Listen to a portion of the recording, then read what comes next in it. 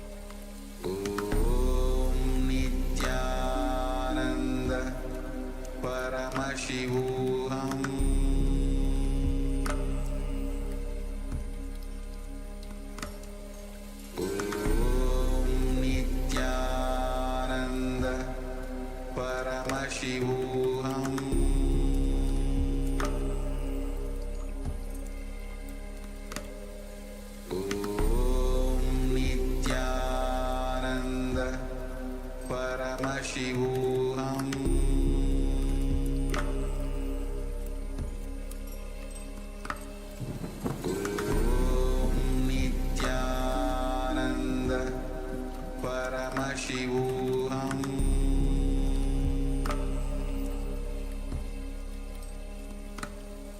Om Nithyananda Paramashivoham. Now, slowly return to your physical body. Start to wiggle your fingers and toes, your wrists and your ankles, your elbows and your knees. Pull your knees up towards your chest. Squeeze your body into a ball. Rock it from side to side. And slowly return to a comfortable seated position.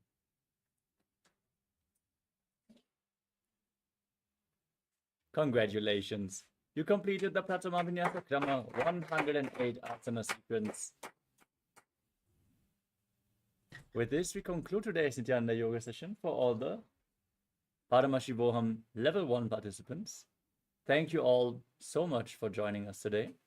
The next Acharya is going to start the next session very soon, so stay tuned, drink some water, and get ready as we are getting ready to continue today's Nithyananda Yoga session for the Level 1, Level 2 and 3 participants. Let's get ready in just a short moment. Nithyananda, we are on a mission to revive the Enlightenment civilization.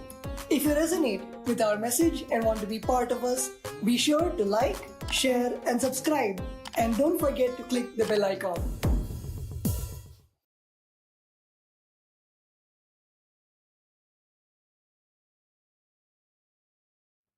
Yes.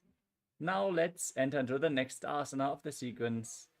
Yathasana Nishthasana. Sit in a comfortable position, which brings ease to your physical and mental space. Any posture is okay. You can even sit on a chair if you like. Place your hands on top of the knees in Bindu Mudra, index fingers and thumbs together. Visualize Swamiji in your inner space. Breathe in Samana Kumbhaka. Inhale into your stomach and meditate on the flame kindled in your navel region. Perform the Mula Bandha and internally chant the Mahavakya Om Nithyananda Paramashivoham. पर्यङ्कं तत्समाख्यातं यत संस्तं यथा स्थितिः.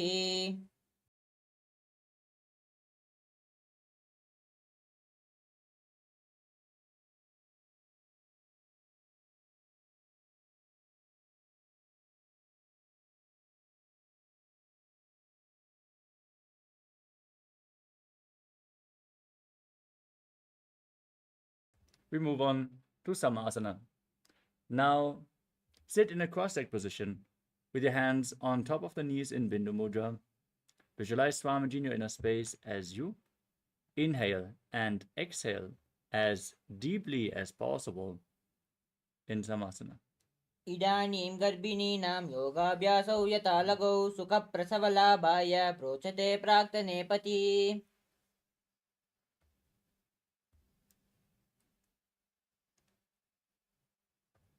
Next up is Muktasana. Now, place the left foot against the perineum and the right foot on top of the left. Gaze to the tip of the nose as you visualize yourself as a sage, liberated by the Supreme Pontiff of Hinduism, with your hands on top of the knees in Muktasana.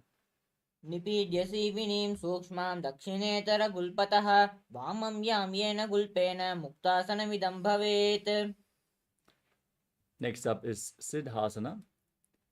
Now, from the same posture, shift your gaze up towards your third eye and visualize Swamiji in your inner space. स्थाणुसंयमितेन्द्रियोचलदृशा पश्यन् भ्रुवोरन्तरं चैतन्मोक्षकपातभेदजनकं सिद्धासनं प्रोच्यते. We move on to Siddhi Asana. Now, shift your gaze to the ground in front of you as you engage all the bandhas and visualize Swamiji in your inner space. वामपादके डीजानो शिवनमदिता सुकोंतानो दक्षिपादकी एडी जोई मृदुमदी लगा बेसोई.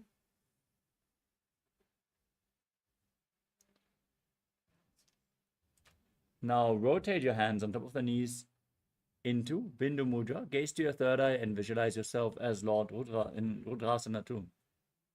वामचरण परिदर्शन राके एक जुगति आसे विधिधा के.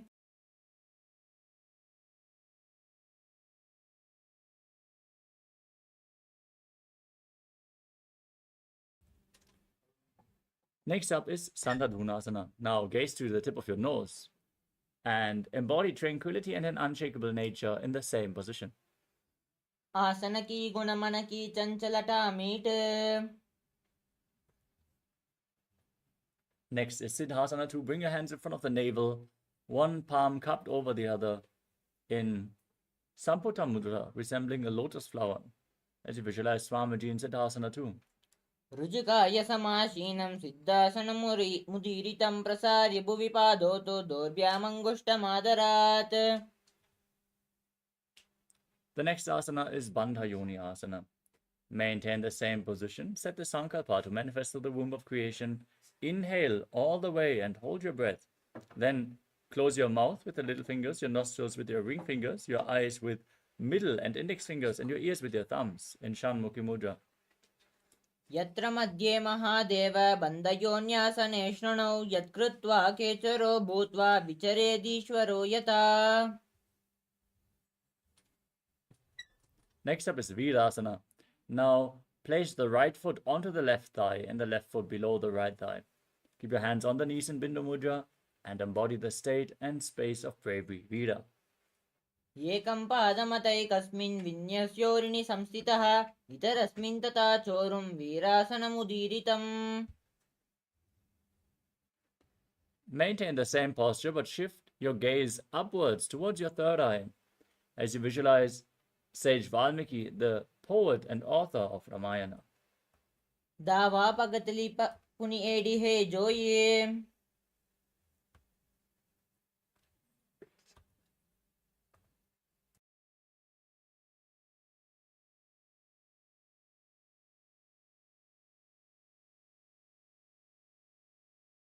The next asana is Joni Mudrasana. Place your hands flat on your knees and gaze to your nose as you visualize Yoni Mandala, the visual representation of Devi Paramashiva Shakti in Joni Mudrasana. वामपाद की पगतली जाही माहिली core. The next asana is Yoni Asana. Maintain your hands in the same posture. And gaze to your third eye as you visualize Yoni Mandala, the visual representation of Devi Paramashiva Shakti. योन्यासनं पर्वतेन योगं योगफले नीलं तत्कालफललं तावत् केचरो यावदेव हि.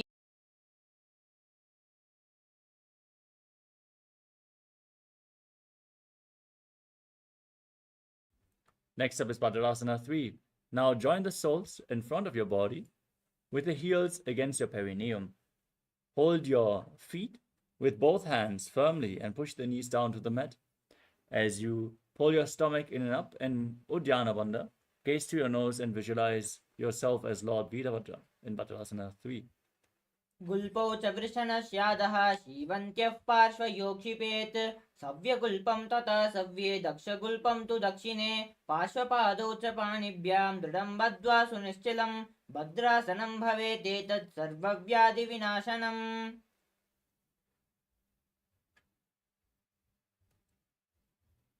Next up is Agorasana. Now maintain the left hand on the left knee and cover your mouth with the right hand. Close your left nostril with the index finger. Inhale through the right nostril. Hold your breath. Close both nostrils.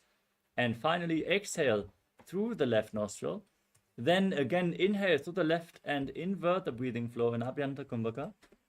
Gaze to your third eye and press your tongue upwards in Kechari Mudra. Try to lead it along your nasal tract if you can. And visualize yourself as an Aghori in Aghorasana. पूर्वकहो विश्रिका जो ही बाही विधियो कीजे सोई. Next up is Kanadi Pavasana. With the heels close to your perineum, keep the toes together, separate your heels.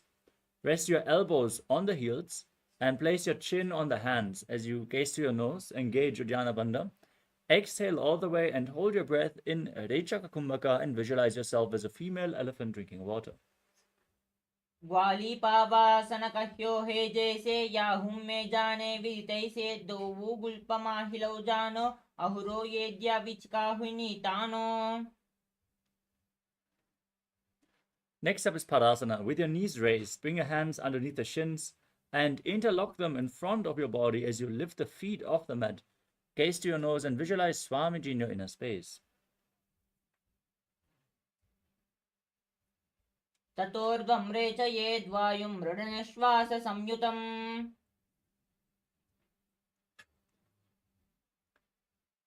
Now, remove your hands from below the feet and interlock your fingers around the toes as you lift them against your chest. Rest your chin on the toes, gaze to your nose, and embody the state and space of a king in Gopi Chandasana. पूर्वविधिपगाग अंगुता कंटकूपरासे येडी हिदर लगावे कांगसी आड्य अंगुली परिलासे. Next up is Uttarasana.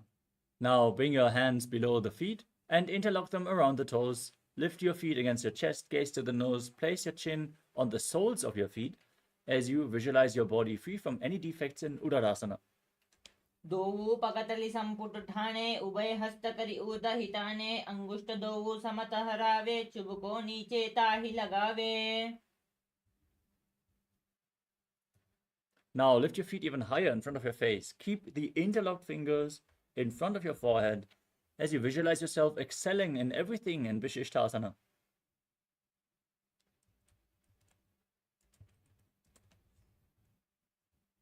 दोवु पगतलि जोड़ी संपुट करे हाथ दोवु पग बिछा आनी तले.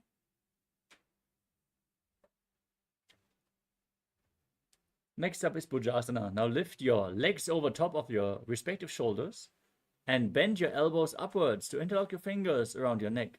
Balance as you visualize yourself as a cobra. Don't forget to breathe in Rechaka Kumbhaka. Exhale all the way and hold your breath in Bhujasana.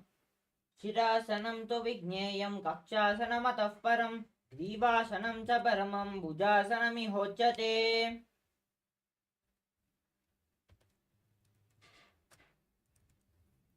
The next asana is Kalyanasana. With your legs over top of your shoulders, bend your elbows down and interlock your fingers behind your back.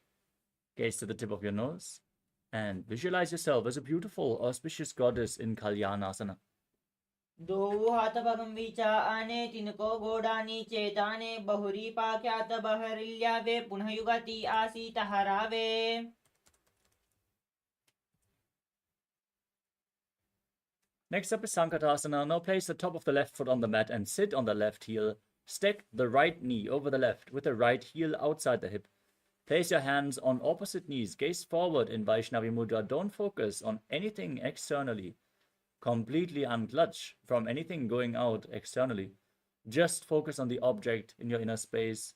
As you visualize yourself as an elegant swan, breathe in Ujjayi Pranayama. Make an ocean-like sound with your mouth on the in and exhalation in Sankatasana. वामपादं चितेर्मूलं संन्यस्य धरणीतले पाददण्डेन याम्येन वेष्टयेद्वामपादकं जानुयुग्मं करयुग्मं एतत् सङ्कटमासनम्.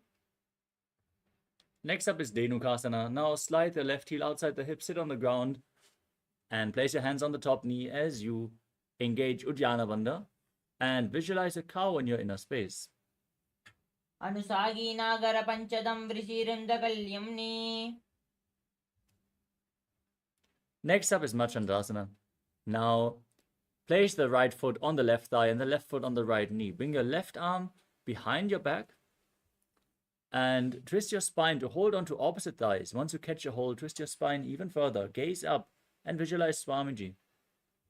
वामजंग परिदचन ठाने वामहस्तपिष्टि दिशा आने बहुरो दचन पादकी है जोई ताकी नाली जूपा करे सोई. Now untwist your spine, hold onto the feet and lean forward and down. Place your forehead on the mat and bring your navel to the heels as you visualize Swamiji in your inner space. प्रथमजी मनोचरणो जोई वामजंग परिरागे सोई ताकी येडी कड़ी सोलावे बहुरी जुगति यह और करावे. Now rise up, interlock your fingers, place them on the top knee and engage all three bandhas, Mahamudra Bandha, as you visualize Swamiji, your Guru, in your inner space in Guru Asana. ऊरुमूले इतरपादस्य कनिष्ठिका प्रदेशगुल्पं संस्थाप्य तदेव जानो इतरपादस्य पार्श्वनाशिनी संस्थाप्य तिष्ठेतस्थौ सम्मीलयेत् गुरुआसनं भवति.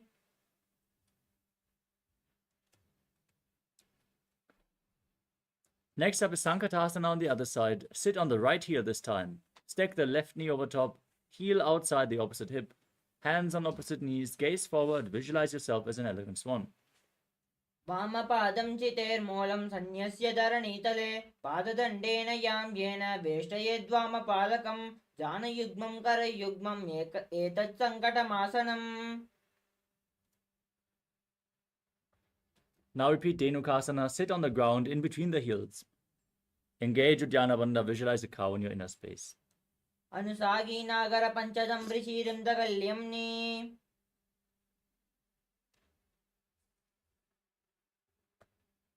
Now repeat Machandrasana. Bring the left foot onto the right thigh and the right foot onto the left knee. Bring the right arm behind your back. Hold on to opposite thighs. Twist your spine intensely. Visualize Swamiji as you gaze to your third eye. वामजङ्गपरिदचन Thane वामहस्तपिष्टि दिशा आने बहुरोदचन पादकी है जोई ताकी नाली जूपा करे सोई.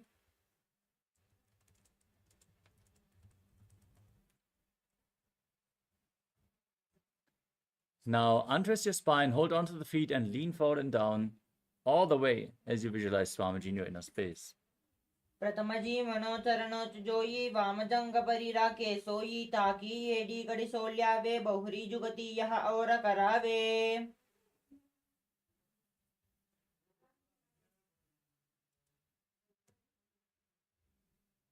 Now interlock your fingers, place them on the top knee, engage all the bandhas as you visualize your Guru in Guru Asana. ऊर्मूले इतरपादस्य कनिष्ठिका प्रदेशगुल्पं संस्थाप्य तदेव जानु इतरपादस्य पार्श्वनि संस्थाप्य तिष्ठेतष्टौ सम्मीलयेत् गुरुआसनं भवति.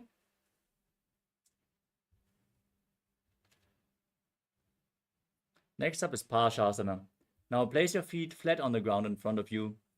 Raise your knees against your chest and cross your arms to hold on to opposite knees. Press your tongue upwards in Kechari Mudra. Gaze to your third eye and visualize Swamiji as you keep breathing in Ujjayi Pranayama. पादतले भूमौ निधाय जानुनि उरसि निधाय विपरीतहस्ताभ्याम् ऊरुसहितजङ्गे निबध्य तिष्ठेत् पाशासनं भवति.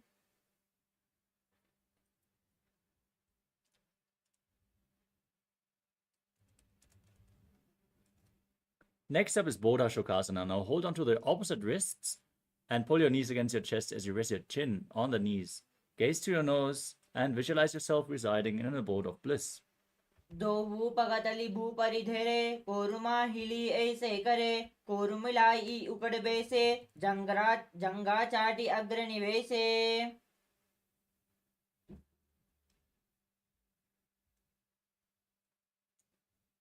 Next up is Kurakatasana.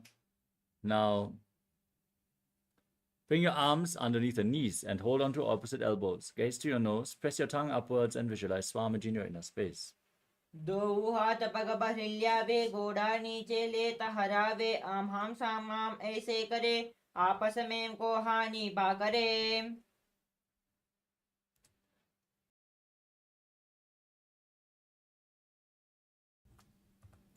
Now cross the ankle of the right foot over the left. Bring the toes upwards. Press your tongue up, gaze to the nose, and visualize the great sage and Maharishi Sumati in Sumati Asana. मूलद्वारि धरती परिधाने दावा पग परिदच पाद आने दाई पगति लोके आवे हाथ एक अमत हरावे. Now extend your legs forward and your arms up as you interlock your fingers with the wrists pointing outwards. Gaze to the tip of your nose, engage all three bandhas, and visualize Swamiji in Dandasana. इदानीं गर्भिणीनां योगाभ्यासौ यथा लगौ सुखप्रसवलाभाय प्रोचते प्राक्तनेपति दण्डपद्मभरद्वाज वीरवज्रसमानितौ आसनानि सदा कुर्यात् सुदीर्घैरे च पूरकैः. Next up is Arambhasana. As you lean forward and down, hold on to the big toes in Prana Mudra with index and middle fingers. Bring your head towards the knees and inhale through one nostril, exhale through the other alternatingly. Perform Nadi Shodhana. Cleanse all the 7 chakras. Lead the prana along your nadis, Ida and Pingala along your spine as you visualize Swamiji in your inner space in Arambhasana. दोऊ पग मिलिबा पसारी पगत का अंगूठा पकड़ी लिलाट घोड़ा लगावे.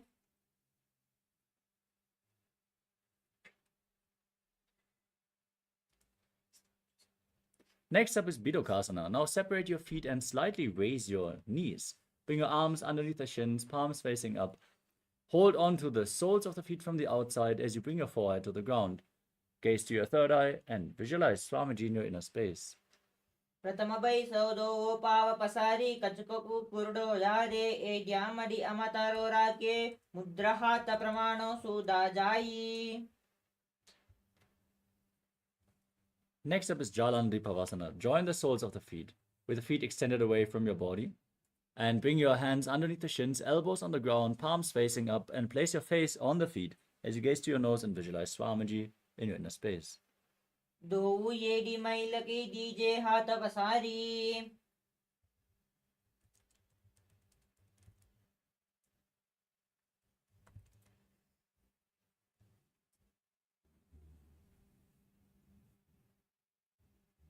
The next asana is Urdhva Paschimottanasana. With your legs extended forward, lift one leg behind your neck, lean forward and down, hold onto the front foot with both hands. Breathe in Pratyahara Pranayama. Visualize the prana is flowing upwards within your body through 9 points, as revealed by Mahadeva, which are the soles of the feet, the regenerative organs, the navel, the heart, the throat, the uvula, the center of the eyebrows, the top of your forehead, and the Brahmaranda, the crown of your head. Visualize Swamiji as you do so. पश्चिमतानवत्सितं कृतं एकं पादं ग्रीवायां धृत्वा तिष्ठेत्. ऊर्ध्वपश्चिमतानं भवति.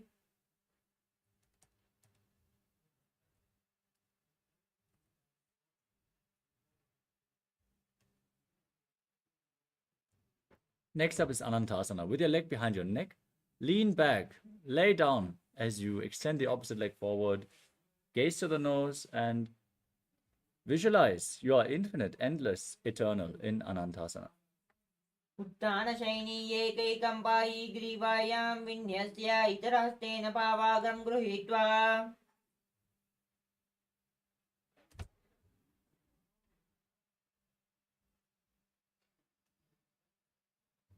Now roll onto the side of the hand which is holding onto your foot.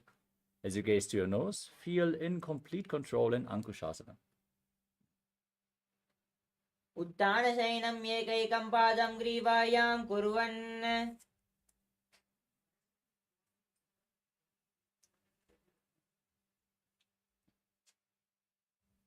The next asana is Drushasana. As you lay on your back, lift your knees up against your chest and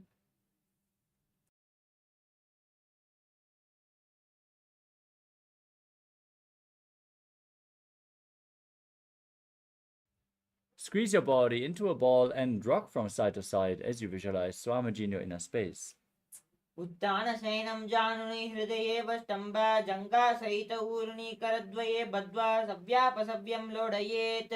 दृशासनं भवति.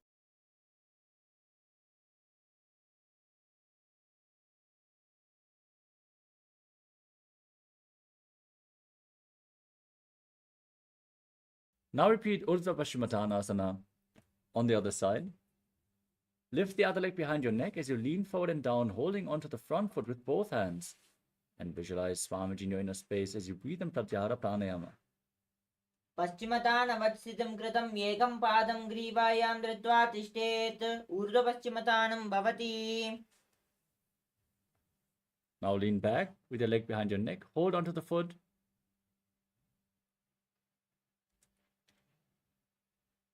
Gaze to your nose and visualize you are infinite in Anantasana. उत्थानशयनी एकैकं पायी ग्रीवायां विन्यस्य इतरहस्तेन पावाग्रं गृहीत्वा. Now roll onto the side. Rest on your arm as you gaze to the nose and feel in complete control in Ankushasana.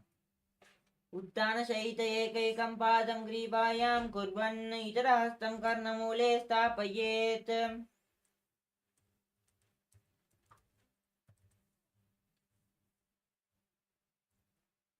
The next asana is Yoga Nidra. As you lay on your back, lift your legs one by one up behind your neck. as you gaze to your nose. Bring your arms around the lower back and interlock them behind as you visualize Swamiji in your inner space. पादाभ्यां वेष्टयेत् कण्ठं हस्ताभ्यां वृषबन्धनं तन्मध्ये शयनं कुर्याद् योगनिद्रा सुखप्रदा. Next up is Atmaramasana. Now bring your arms up and interlock them around your neck as you gaze to your nose and visualize Lord Vishnu.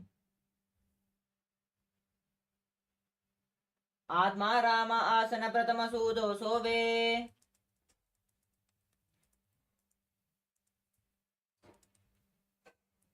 Next up is Kochikasana. As you lay on your back, lift your knees up against your chest with the soles facing up to the sky. Extend your arms out to the side at shoulder level. Gaze to your third eye and visualize Swamiji in your inner space. दो हाथ चीदा सा करे तिनसो ube Sapa करे पग ऊंचाई आगाने आने बहुरी जुगति आसे विधिवाणे. Next up is the Jatara Parivriti.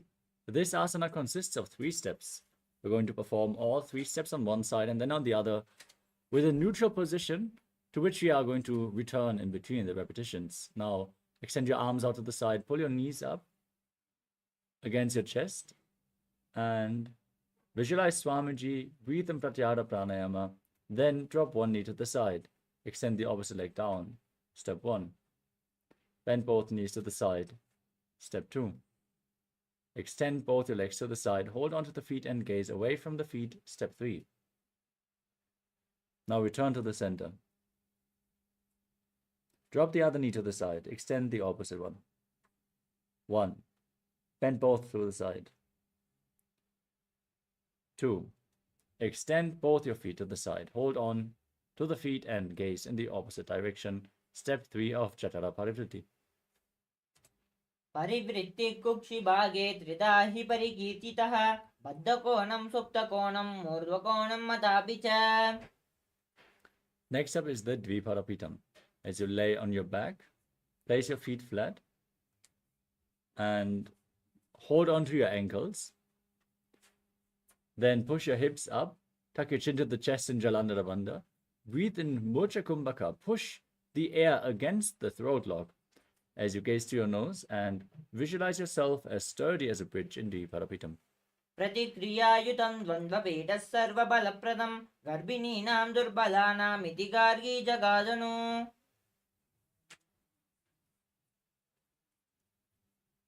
Now, place your hands over top of your shoulders, fingers pointing towards your feet, and lift your entire body off the mat. Push your hips up high. As you visualize yourself as sturdy as stone furniture, breathe through your nose in Sahadra Kumbhaka in Paryankasana. उत्तानशयनं हस्तदलाभ्यां भूमिं वष्टभ्य पाददलाभ्यां भूमिं धृत्वा.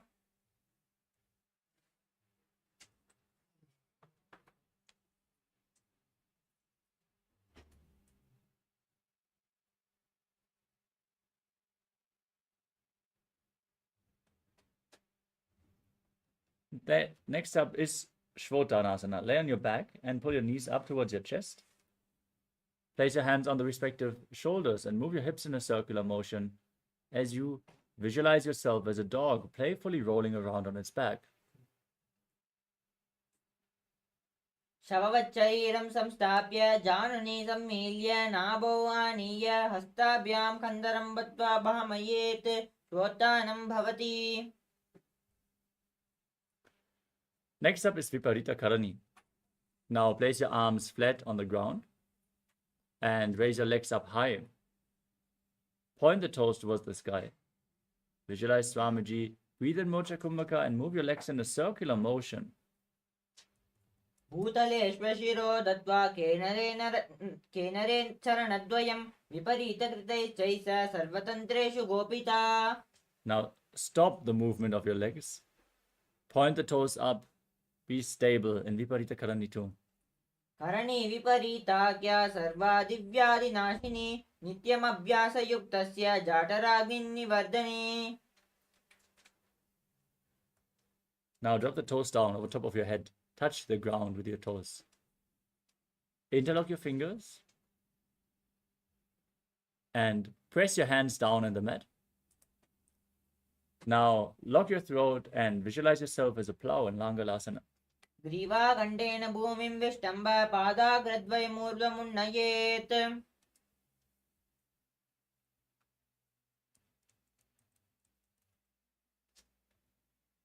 Next is Shaita Paschimottanasana. Now hold onto the feet over top of your head. Keep the toes on the mat and visualize Lord Paramashiva as you internally chant Om Nithyananda Paramashivoham, as this is one of the 84 asanas revealed directly by Lord Paramashiva himself. Shaita Paschimottanasana.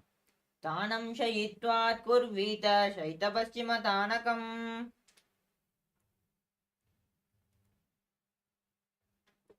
Next up is Supta Konasana.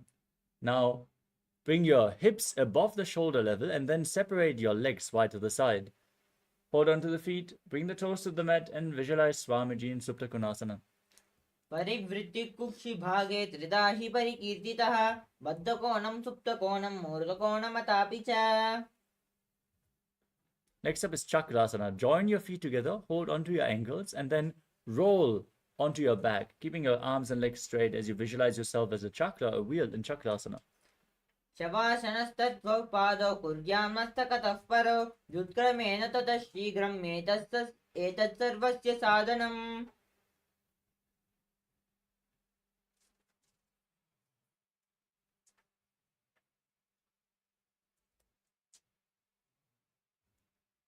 As you lay on your back, now raise your legs up vertically and hold onto the big toes in Prana Mudra with index and middle fingers.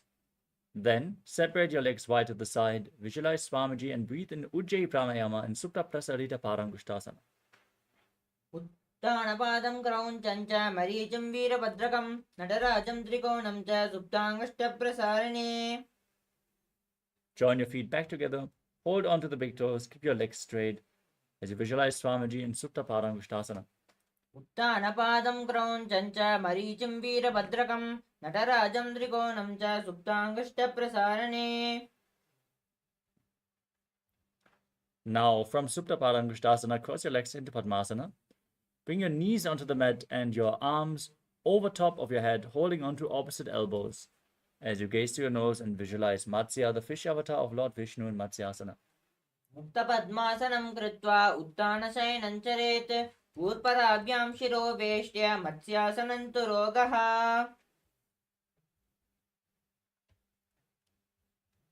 Next up is Parasharamasana. From the same posture, place your hands over top of your head, the right palm on top of the left, palms facing up, as you gaze to your nose and visualize Lord Rama in your inner space. प्रथमकरे पद्मासन आचे सूदोसो वे भूपरि पाचे गोड़ा आरो जंगा एदो वो भूसो लगा तेरा से सोई Next up is Sarvangasana. Now raise your knees and your hips off the ground. Support your lower back with your hands as you rest your elbows on the ground for support. Gaze to your nose. Breathe in Mocha Kumbhaka and visualize Swamiji in Sarvangasana. अथवा क्षेत्र संक्षेप सर्वांगासनम् उत्तमम् यत्कृत्वा योगनिपुनो विद्या विपण्डितो यताः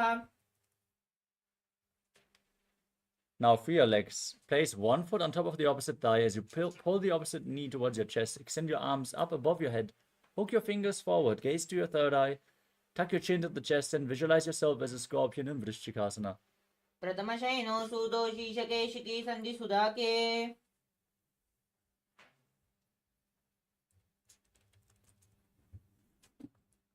Now repeat Vrishchikasana by placing the other foot on the opposite thigh. Gaze to your third eye. Visualize yourself as a scorpion. प्रथमशयनो सूदो शीशके शिखी सन्धि सुधाके The next asana is Vrishapadakshipasana. Laying on your back, interlock your fingers around your neck. Place your legs flat and then lift them off the ground. Keep them lifted as you alternate pulling one knee in towards your chest, back and forth. उत्थानशयनं कृत्वा अङ्गुलिभ्यः कन्दरामद्वाकूर्परो मिलित्वा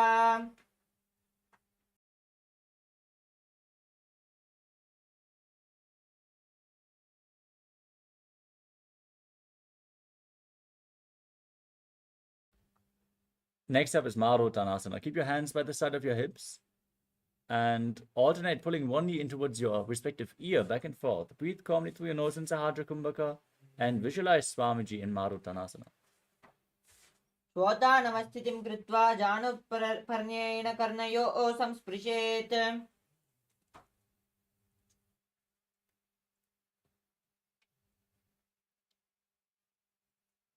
The next asana is Vriksasana. As you lay on your back, place your feet flat and stand up and lay back down again and again, visualizing yourself as a wolf. उत्थानं शयनं कृत्वा पादतलाभ्यां भूमिं धृत्वा उत्तिष्ठेत्. वृकासनं भवति.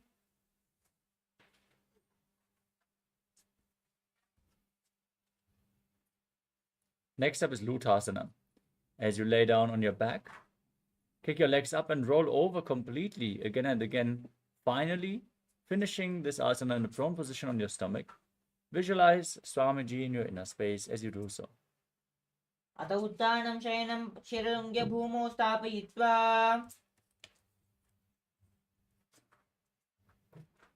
As you lay on your stomach, with your hands flat next to the shoulders, contract your lips, make a whistling sound on the inhalation like a flute. As you visualize yourself as a chariot carrying warriors into a battle for Dharma on your chariot back in Salatasana. निजशयनं कृत्वा नाभिं भूमौ निधाय स्तम्भं भूमौ संस्थाप्य.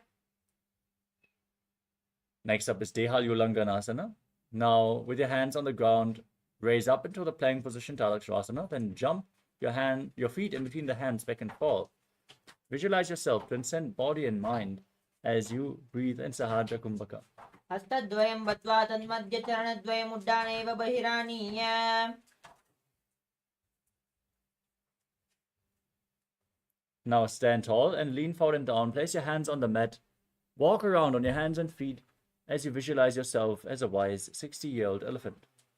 अथ जाट्यासनं वक्षे येन जाटि स्मरो भवेत्. हस्तान् भूमौ च गमनम् आगमनं ततः.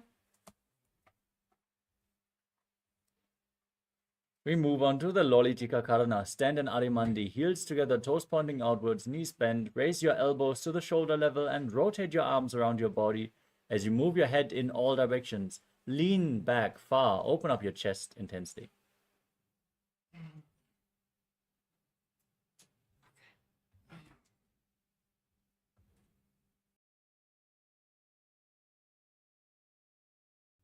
Now stand with your heels together. Tie your feet with a rope if you have a rope available. Keep your arms close to your body, hands on the respective thighs. As you contract the perineal floor and Mula Bandha, push the Kundalini Shakti up along your spine. Visualize that the Kundalini is rising and coiling upwards around your body in Sarapasana.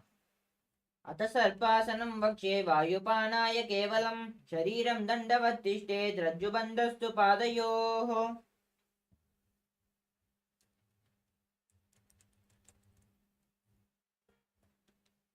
Next up is Ushta Sadhanasana.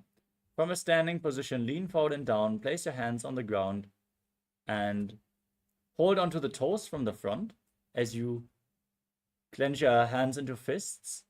Walk around on the mat like a camel, visualizing yourself as a camel.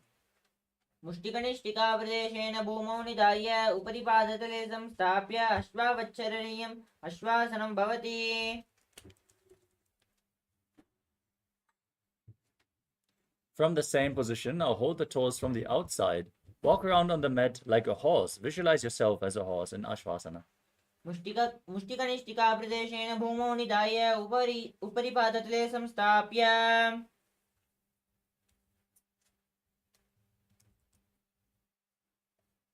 Next up is Kapota Nitakasana.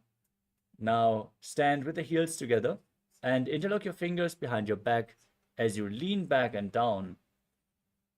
Tilt your head back, open up your chest, breathe deeply through your nose as you visualize yourself as a soaring bird diving.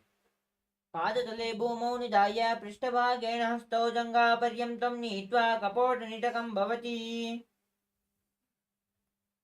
Next up is the Tala Pushpaputam Karana. Now stand in Arimandi. Join your hands in Namaskara Mudra and bow down to one side as you open up your palms and Raise the respective heel again and again, visualizing yourself holding a bouquet of flowers and offering it to Paramashiva.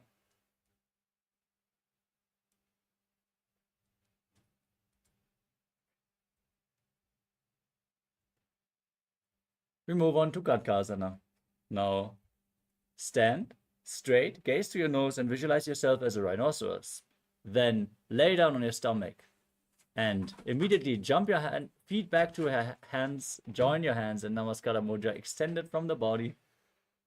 As you visualize yourself as a rhinoceros, keep your arms in the shape of the horn of the rhinoceros. नुजशरतमासनं कृत्वा पादतलाभ्यां भूमिं वष्टभ्य उत्तिष्ठेत् कड़ुगासनं भवति.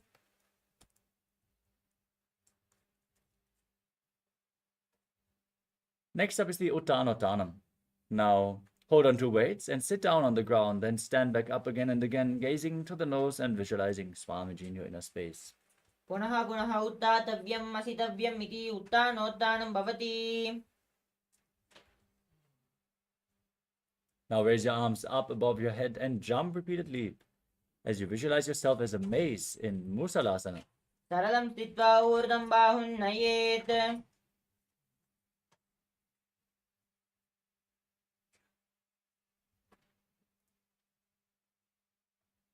Next up is Utshirshakasana. Standing straight. Hold one foot with both hands and pull it towards your chest as you sit down and stand back up again and again on opposite legs. Gaze to your nose and visualize Swamiji in your inner space. हस्तद्वयेन धृत्वा तिष्ठेत् उच्छीर्षकं भवति. Next up is the Parashvajanukarana. Stand with the toes pointing to the side and raise one knee up towards your chest. Encircle it with your hand in a fist and place your opposite hand on the respective inner thigh.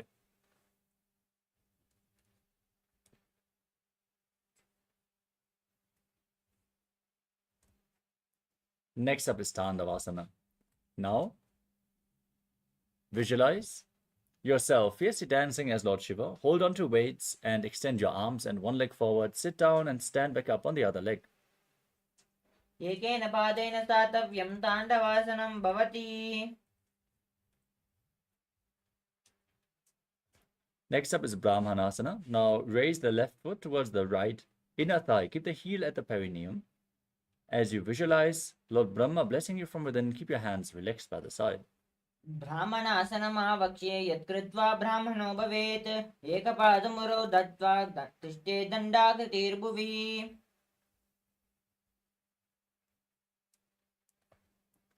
Next up is Garudasana 3. Now, bring the left foot over and around the right knee. Tuck the toes behind the calf. Bring the left arm below the right and join your hands in Namaskara Mudra as you visualize yourself as Lord Garuda in Garudasana 3. उत्थानकूर्मपीठश्च सैमस्गारुडमेव च वातायनं गोमुखं च भारद्वाजं त्रिविक्रमम्.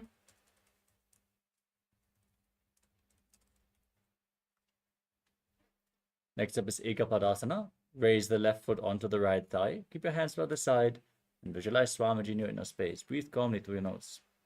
दक्षाङ्घ्रिं वामपादस्य जङ्घोपरि निधाय च.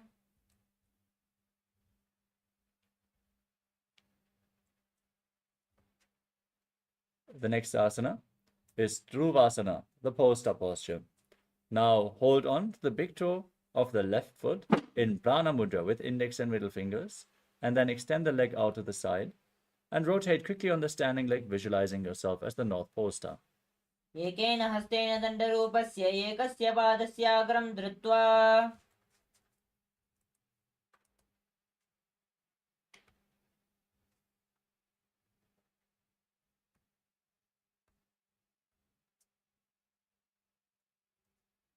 We move on to Trivikramasana. Now lift one leg behind your neck, then stand tall, sit down and stand back up. Perform the 3 steps of Lord Vishnu as you visualize Lord Vishnu blessing you from within. ग्रीवायं पादं संस्थाप्य स्थातव्यम् उत्थातव्यं त्रिविक्रमासनं भवति.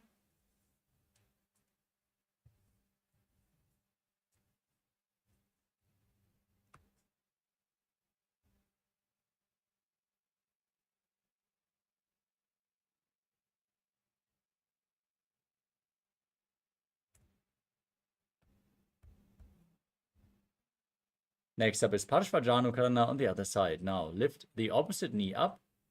Keep the knee encircled with your hand and the fist, opposite hand on the inner thigh.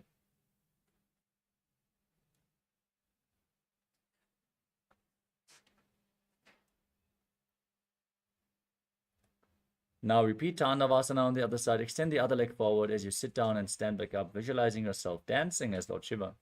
एकेन हस्तेन रूपस्य एकस्य पादस्याग्रं धृत्वा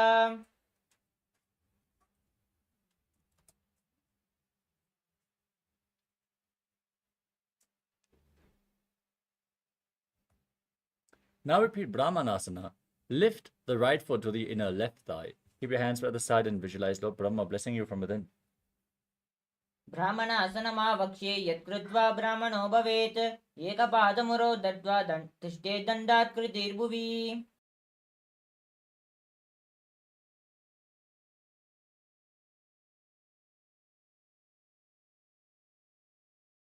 Now bring the right foot over and around the left knee. Tuck the toes behind and bring the right arm below the left.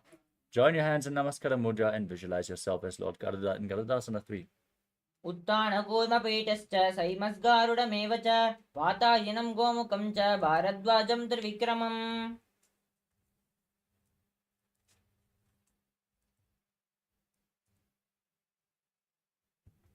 Now repeat Ekapadasana. Place the right foot on the left thigh and stand on the mat with the hands by the side. Visualize Swamiji in your inner space.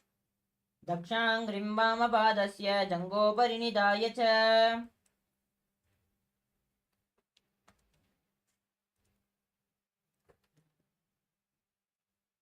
Now repeat Dhruvasana, the pole star posture on the other side. Hold on to the right big toe in Prana Mudra and then extend your leg out to the side. Rotate quickly on the left leg. Visualize yourself as a North Pole star.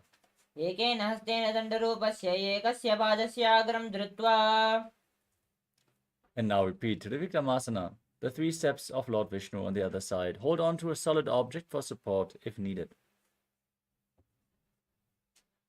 ग्रीवायं पादं संस्थाप्य स्थातव्यम् उत्थातव्यं त्रिविक्रमासनं भवति.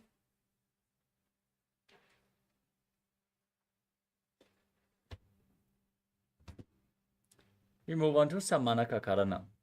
Now stand with the heels together, toes pointing outwards, and your hands slightly extended away from your hips, fingers pointing one by one. Relax from these intense asanas we just performed. And get ready for the final 100 asanas of this sequence.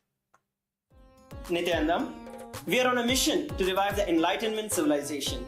If you resonate with our message and want to be part of us, be sure to like, share, and subscribe. And don't forget to click the bell icon.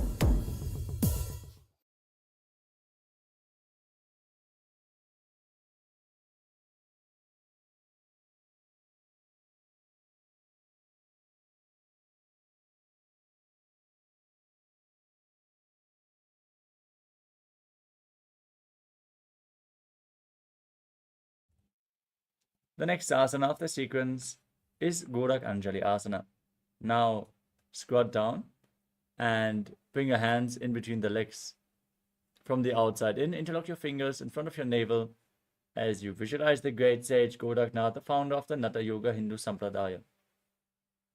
प्रथम ही उबो होहे बाहुनी नीचे पुनि होवे. Next up is Kanchi Asana. Now interlock your fingers behind your back as you remain squatted down. Visualize Swamiji in your inner space and breathe in Jiva Chala Kumbhaka. Inhale deeply and hold your breath. Lead the prana upwards and downwards along the limbs, and that by just the control with your mind. ऊरुमध्यातस्थो निवेश्य नितम्बं धृत्वा.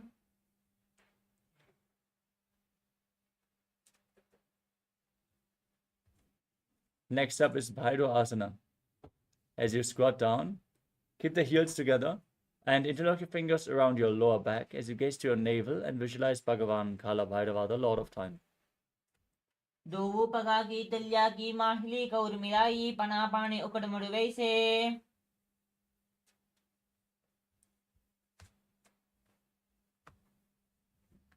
Next up is Varahasana. Now keep the heels together, toes separated, and squat down all the way. Join your hands in Anjali Mudra, bring them behind your head with the fingers pointing down towards the ground as you gaze to your nose and visualize yourself as Varaha, the boar avatar of Lord Vishnu. पागतली की माहिली core मिलाई पना पानी उकड़ मड़ वैसे. Next up is Pripitasana. Now hold onto the big toes in Prana Mudra and raise your hips to the same level as your knees. As you visualize Swamiji in your inner space, keep breathing in Jivachala Kumbhaka. पार्श्वद्वय सम्मील्य स्थित्वा नितम्बं जानुप्रदेश आनीय. Next up is Pakasana. Now place your hands on the ground, shoulder width apart. Bring your knees onto your arms towards your armpits. Lean forward and lift your feet off the ground. Balance as in Kanipavasana, visualizing yourself as a crow. हस्ताभ्यां जानुवष्टम्ब जानुद्वयं नाभो सम्मील्य.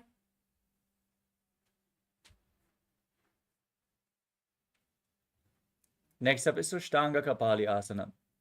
Now, with your hands on the mat, place your head on the ground as well. Form a triangle with hands and head and lift your legs up. Then cross your legs into Padmasana. Gaze to your nose and visualize Swamiji in your inner space in Sushtanga Kapali Asana. आसन गौगुण कपाल आचो होई. Next up is Guptasana. Now, sit in a kneeling posture with your heels outside the hip, the toes touching behind your back. Gaze to your nose as you visualize yourself sitting in the sacred seat with Paramashiva and Guru in Guptasana. जानुर्वोरन्तरे पादौ कृत्वा पादौ च गोपयेत्.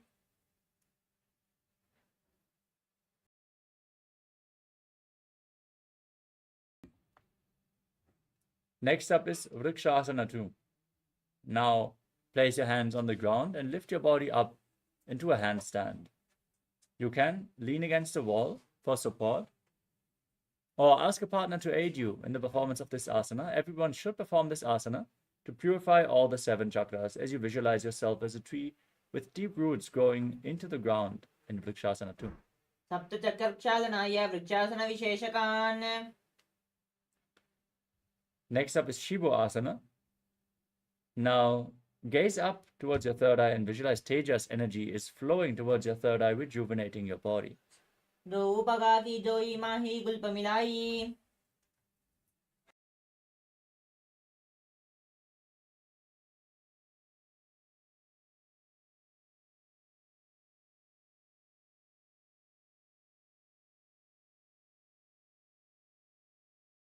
Next up is Matsyasana 2. Place your hands on the ground, step your feet back, lower your body down, and push it back up again and again, visualizing yourself as a fish. युद्धशयनं कूर्परो पार्श्वभागां मूर्धकृत्य.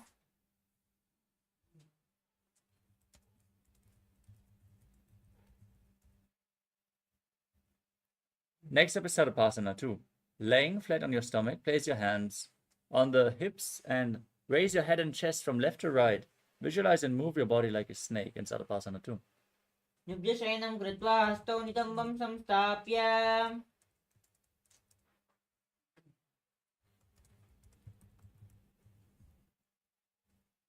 Next up is Niralambanasana. Place your elbows on the ground in front of you.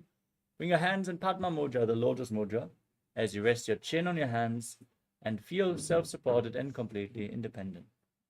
कराभ्यां पङ्कजं कृत्वा तिष्ठेत् कूर्परया शुधिः. Next up is Chaturasana. Place your hands flat on the ground and extend the arms straight. Bend your knees to bring your feet up towards your upper back as you visualize yourself as an umbrella protecting your guru from the sun rays. अध्यासनमस्थित्वा हस्तदलाभ्यां भूमिं वष्टभ्य. Next up is Vajrasana. Now sit in a kneeling posture on your heels. Lean forward and down. Place your hands flat on the ground and your forehead on the mat as well. Gaze to your nose and visualize yourself as Vajra, the weapon of Indra, symbolizing indestructibility in Vajrasana. इदानीं गर्भिणीनां योगाभ्यासौ यथा लगो सुखप्रसवलाभाय प्रोचते प्राक्तनेपति.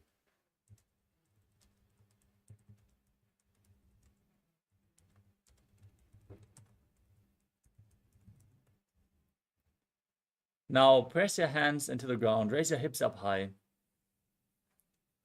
Enter into Gajasana and then alternate striking the ground with your hands in Meshasana as you visualize yourself as powerful as a ram. गजासनः संस्थितौ एकैकं बाहुं भूमौ ताडयेत्. The next asana is Ajasana. Now, with your hands on the ground, raise your legs up into the handstand and then lower your body down. Place your face towards the ground slowly as you visualize yourself as unborn, existing for all eternity. गजासनः संस्थितौ पादद्वयम् अन्तराले कृत्य.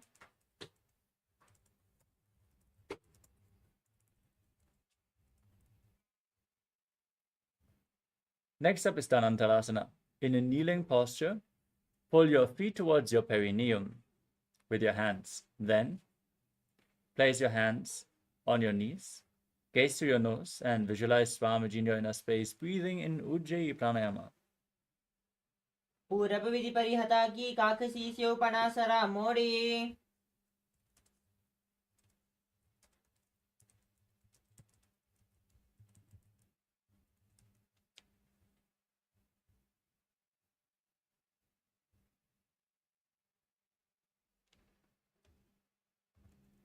Next up is the Angamotanam.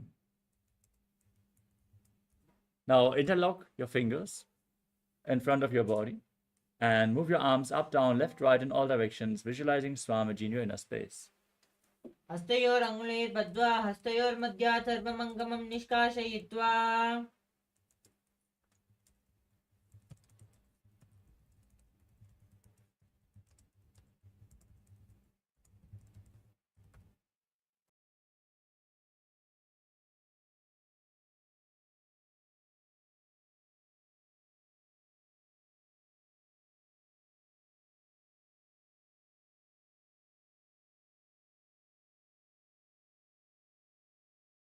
The next asana is Garudasana 4. Now turn your feet out to the side and place your thighs and calves on the ground. Place your hands on the knees and visualize yourself as Lord Garuda flying Lord Vishnu and Lakshmi on his back. उत्तानकूर्मपीठश्च सैमस्गारुडमेव च वातायनं गोमुखं च भारद्वाजं त्रिविक्रमम्.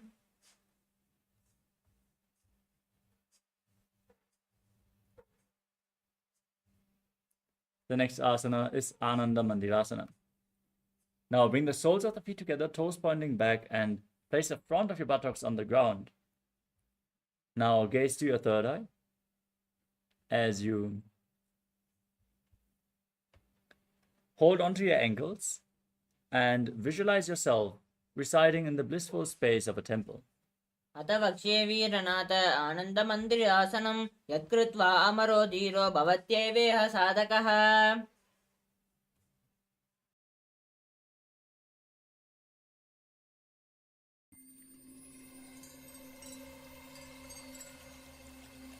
I welcome you all with my love and respect. Let you all open all your three eyes. Om Nithyananda Paramashivoham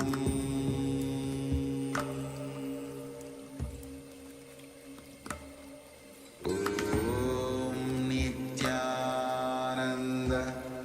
Paramashivoham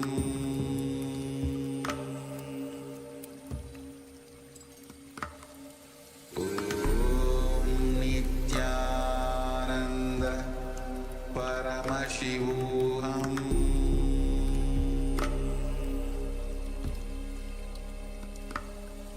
Om Nithyananda Paramashivoham Om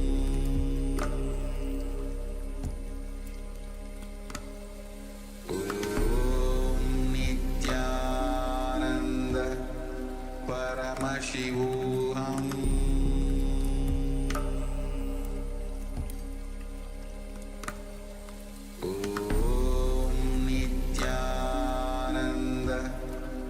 Paramashivoham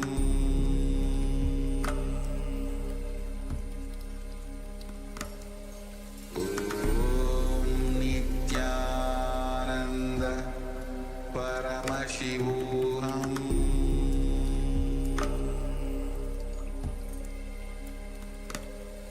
Om Nithyananda Paramashivoham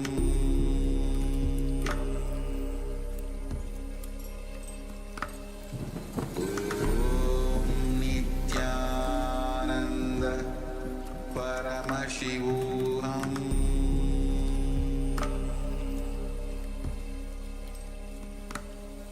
Om Nithyananda Paramashivoham Om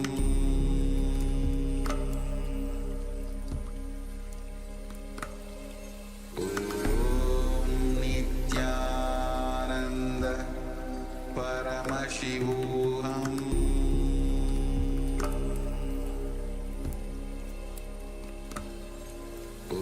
Om Nithyananda Paramashivoham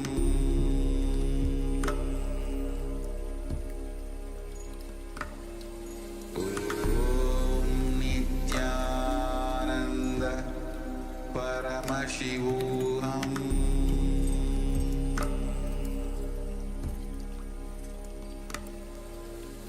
Om Nithyananda Paramashivoham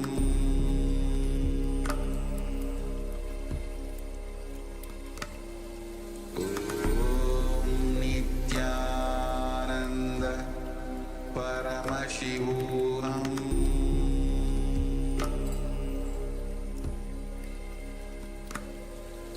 Om Nithyananda Paramashivoham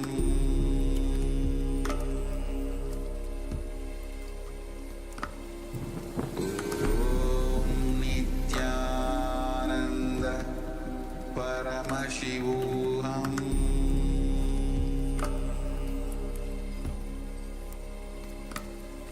Om Nithyananda Paramashivoham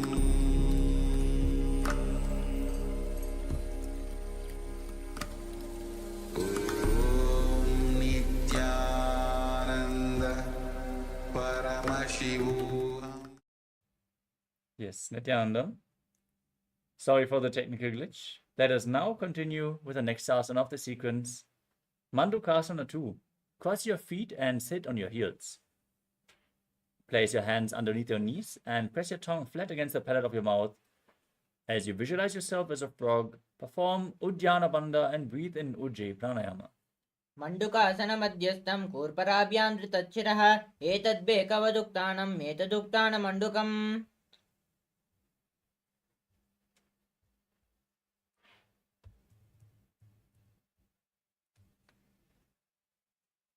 The next asana is Narasimhasana. Now, tuck the toes and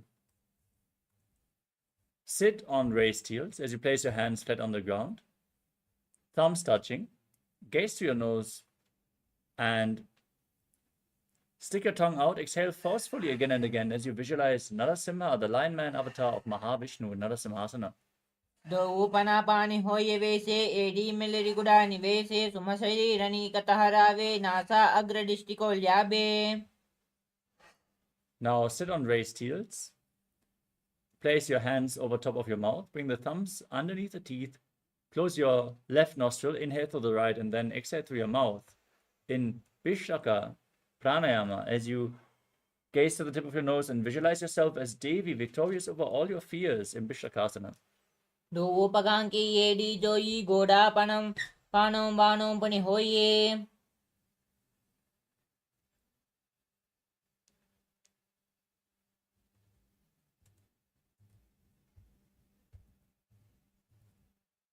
Now place the soles of the feet together, the toes pointing back. Gaze to your third eye as you visualize yourself as a playful monkey in Makadasana. Stretch yourself with your hands close to your armpits and gaze to your third eye. दोपगते संपुट आने तिनकी पिष्टि भूमि परिताने. Now tuck the toes and bring the soles of the feet together, knees raised off the ground. hold on to opposite elbows behind your back as you gaze to your nose and embody diamond-like strength for you and your Sangha in Vajrasangarasana. Pradama Panapani Hoye Bese, Dovu E Gudi Guda Nivese. Next up is Kanjanasana. Now cross your feet and sit on your heels as you place your hands on the ground next to your body. Gaze to your nose, engage your Dhyana Bandha and visualize perfect health beyond any and all physical or mental ailments. Kanjanasana Ma Vakche Yat Kritva Shushti Bhavet.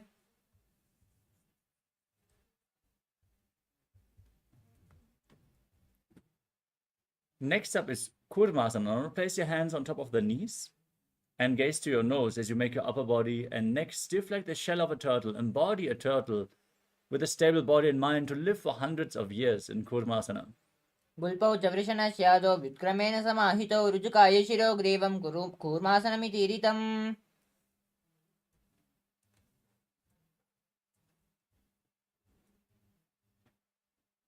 Next up is Yogasana. Keep your hands on the knees, relax your upper back and neck, gaze to your nose and visualize Swamiji in your inner space.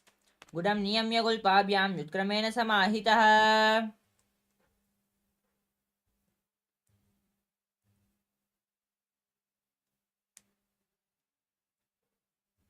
The next asana is Vijyogasana. Stand on your knees and cross your legs behind. Bring the feet close to the opposite knees.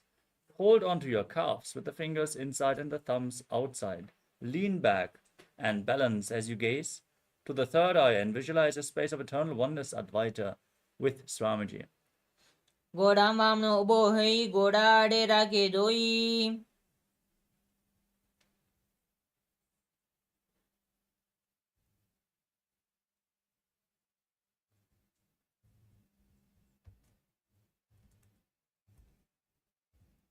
Next up is Ushtrasana 2. Now stand on your knees with the feet flat. Hold onto your heels and tilt your head back. Push your hips forward and visualize yourself as a camel in Ushtrasana 2. Merudandagrandi Darya Sambibada Ishupuman Kapoto Ustrasana Vyasam Kuryan Mitahitasanaha.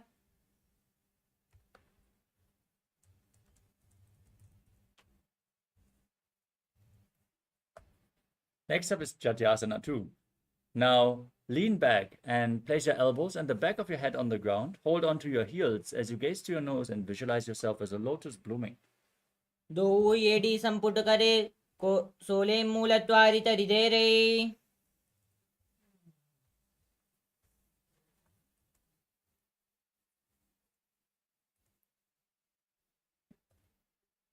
We move on to Viratasana. As you lay on your back, rise back up again and again. You can hold on to your ankles for support, gaze to the nose and visualize the healing and liberation of all causal subtle forms of your body. Janga Priti Bhumo Nidaya Jango Darayo Houruni Samstapya.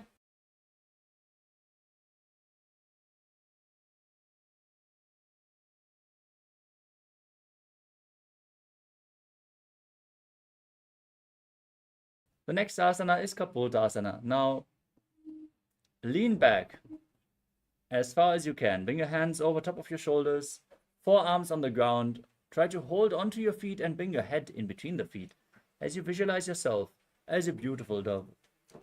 Merudandagrandi Darya Sambibada Ishupuman.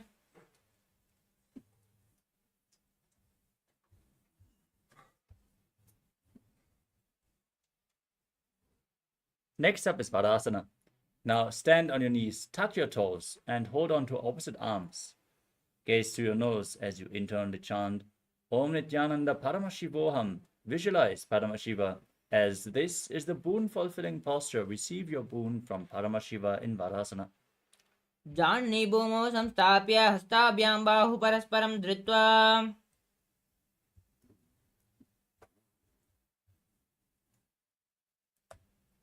Next up is Varahasana 2.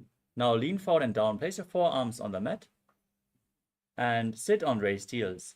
Place your head on your hands and visualize yourself as Varaha, the boar avatar of Lord Vishnu. Suryam Chandram Vedanani Asanani Dikatyate Kurparo Bhumo Sapayitva.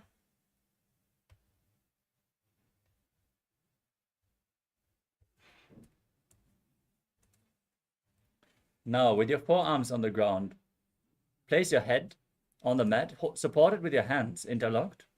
Raise your hips, walk forward, lift your feet off the mat, and straighten your legs up into a headstand. Gaze to your nose and visualize yourself as a lopped tree as you breathe calmly in Sahadra Kumbhaka in Mundasana. अधो मुण्डासनं वक्ष्ये सर्वेषां प्राणिनां सुखम्. Lower your body down, come to a kneeling posture, and lean forward and down. Place your head in between the knees. Hold onto your head and keep the elbows outside the knees. As you inhale through the nose, exhale through your mouth, gaze to your nose, and visualize Swamiji in Andhasana. प्रथम पगतली समतः हरावे कोरमाहिली ube मिलावे.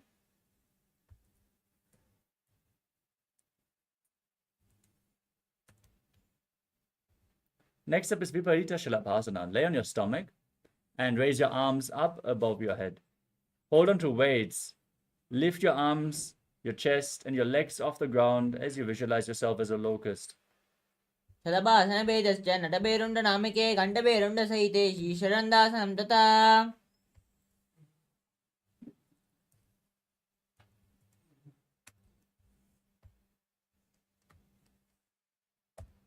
The next asana is Kapalasana. As you lay on your stomach, place your forehead on the ground, your hands next to your hips, and lift your legs off the mat. Keep the feet together without lifting your chest up. Stay flat on the mat as you visualize a skull representing the mind with purified thoughts and the strong will to attain enlightenment in Kapalasana, the skull posture. कपालं भूमौ निधाय ऊर्ध्वं पादौ नयेत् कपालासनं भवति.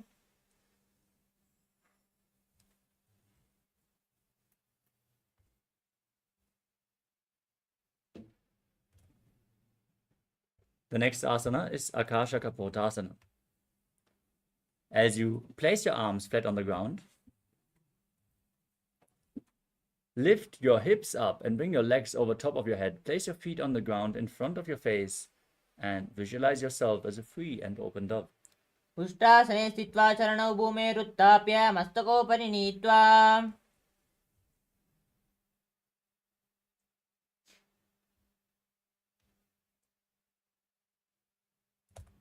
The next asana is Chatakasana.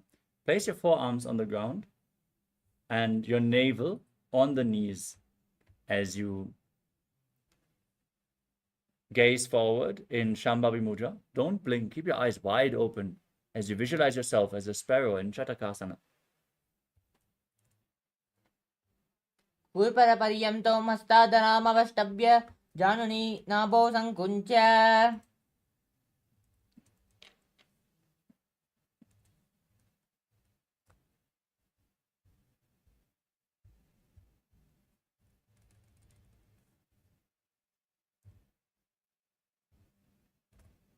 The next asana is Vrishchikasana too. Now place your forearms on the ground and raise your hips up high. Now bend your legs and try to place your feet on the back of your head as you visualize yourself as a scorpion. यश्चैव पुश्च प्रतिमाङ्गि पार्श्वि धृत्वा स्वशीरे चिबुकं विदार्यकौ.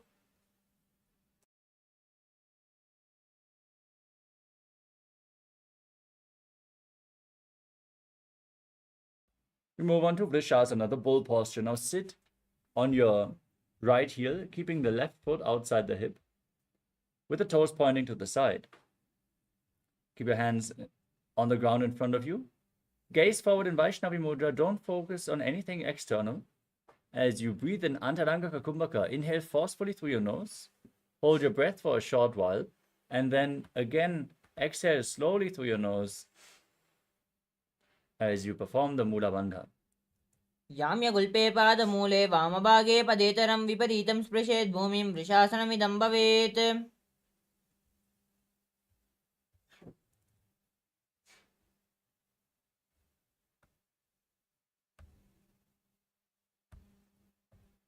Next up is Lolasana. Now, with your hands on the ground, lift your entire body off the ground, balance on your arms as you visualize Swamiji in your inner space and cross the toes of the left foot over the right. लोलासनं सदा कुर्याद् वायुलोलापघातनात्.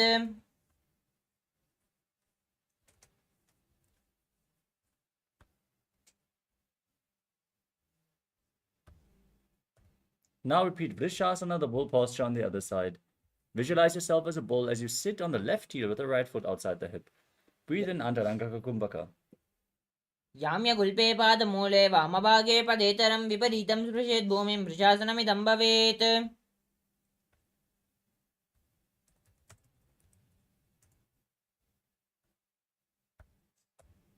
Next up is Balagunasana.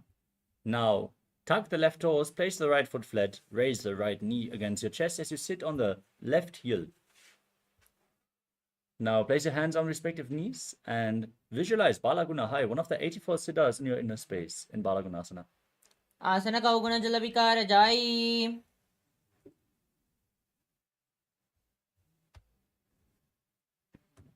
Next up is Grahasana. Stand up and squat down all the way. Bring your arms in and around the legs, holding on to the ankles of your feet from the outside as you visualize yourself as the entire planet in Grahasana. पादतले भूमौ संस्थाप्य जानुमध्ये कूर्परौ संस्थाप्य.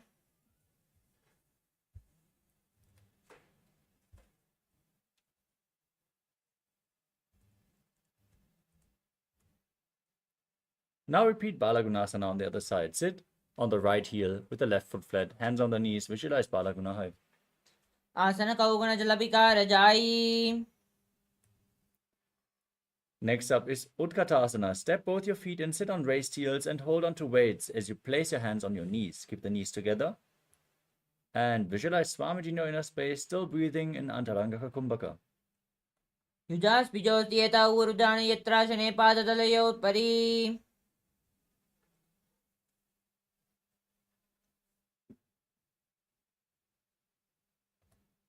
Next up is Vajrasangadasana 2. As you bring the soles of the feet together, separate your knees and raise them off the mat. Hold on to opposite elbows behind your back. Visualize Swamiji in your inner space. And breathe in Antaranga Kumbhaka. युजास् पिजोति यथा उत्तरासने पादतलयोपरि. Okay. I welcome you all with my love and respect. Let you all open all your three eyes. Om Nithyananda Paramashivoham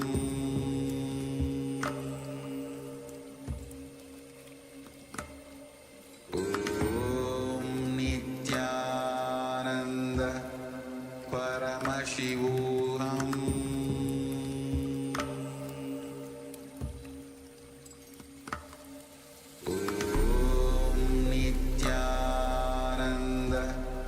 Paramashivoham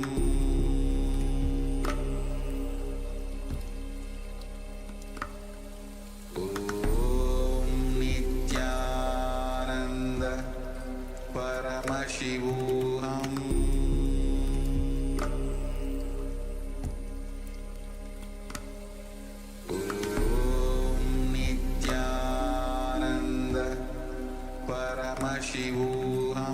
Om Nithyananda Paramashivoham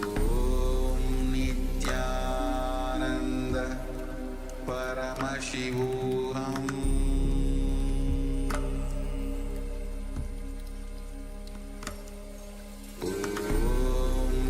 Nithyananda Paramashivoham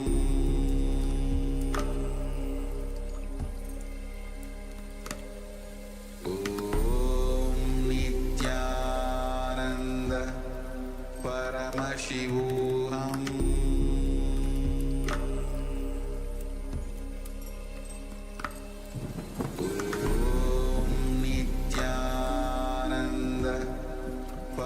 Paramashivoham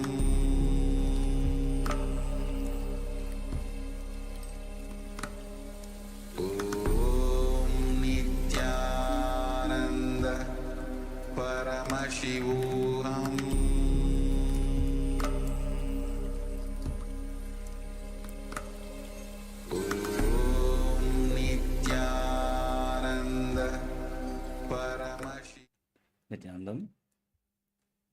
Sorry for the technical glitch. We are back. Let us continue with Anilasana. Place your hands on the ground. Step your heels onto the back of your hands. Arms straight, gaze to the nose, and visualize you're able to live off of air alone. दोवात Bhoom परिजाने कहुनी जाड़ी ना भी लगाने. Next up is Padukasana. Place the back of your hands on the mat. Step your toes onto your hands. Wrap your hands around the feet like shoes and walk around on the mat, visualizing yourself wearing padukas walking across India. हस्ततलयोः पादतले कृत्वा तिष्ठेत्. Kukkutodhanasana, where you place your hands on the ground and kick your legs up over top of your head. Let them fall back down again and again and visualize yourself as a rooster.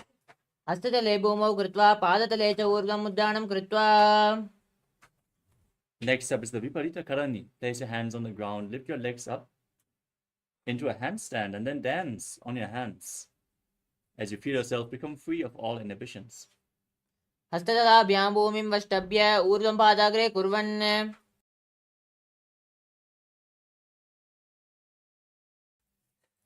Next up is Kunjarasana. Separate your feet and place one hand on the ground, holding your head with the opposite hand.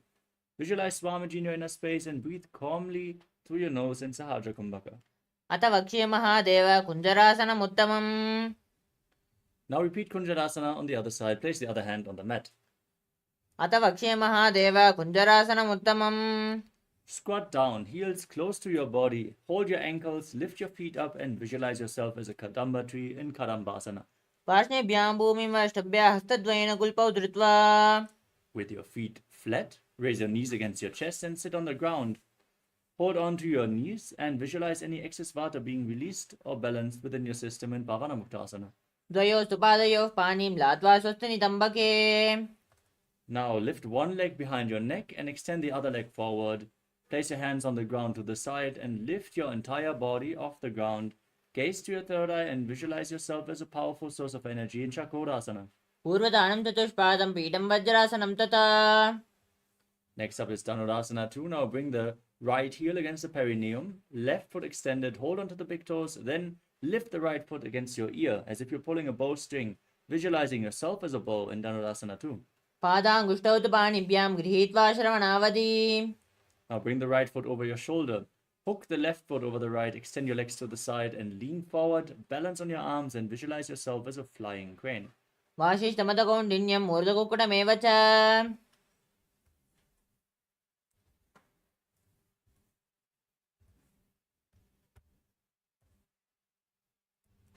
Next up is Pranasana. Now place the right foot flat and the left foot on top of the right thigh. Bring your right shoulder underneath the raised knee, gaze to your third eye and visualize you're immortal, able to exist on prana. एतत् प्रभेदं वक्ष्यामि करोति यः स चामरः. Next up is Parshvamatsendrasana. Bring the left foot to the right hip, step the right foot over the left knee, twist your left elbow around the raised knee, bring the arm below and interlock your fingers behind your back as you gaze upwards and visualize Sejmatsendranath in Parshvamatsendrasana. पार्श्वाभ्यां धृतये यास्तु पार्श्वमत्सेन्द्रम् उत्तमम्. Now repeat Chakrasana on the other side. Lift the other leg behind your neck. Extend the opposite leg forward. Lift your body off the ground. Gaze up and visualize yourself as a powerful source of energy. पूर्वदानं चतुष्पाठं पीठं वज्रासनं तथा. Now pull the left foot towards your ear as you're holding onto the big toes in Prana Mudra. In Dhanurasana 2, visualizing yourself as a bow. पादाङ्गुष्ठौ तु पाणिभ्यां गृहीत्वा श्रवणावधि. Now bring the left leg over the shoulder, hook the right foot over the left, extend your legs to the side as you balance on your arms and visualize yourself as a flying crane. वासिष्ठमदकौण्डिन्यम् ऊर्ध्वकुक्कुटमेव च. Next up is Pranasana. On the other side, bring the right foot on the left thigh and bring your shoulder underneath the raised knee. Gaze to your third eye and visualize you're immortal, able to exist solely on prana. एतत् प्रभेदं वक्ष्यामि करोति यः स चामरः.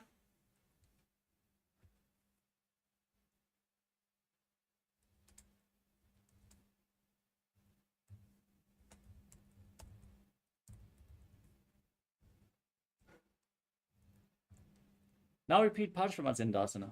Bring the right foot to the left hip, the left foot over the right knee. Twist your body around the raised knee and interlock your fingers behind as you gaze to your third eye, visualizing Sage Matsendranath, the master of Hatha Yoga. पार्श्वाभां द्युत्तये यास्तु पार्श्वमत्सेन्द्रमुत्तमम्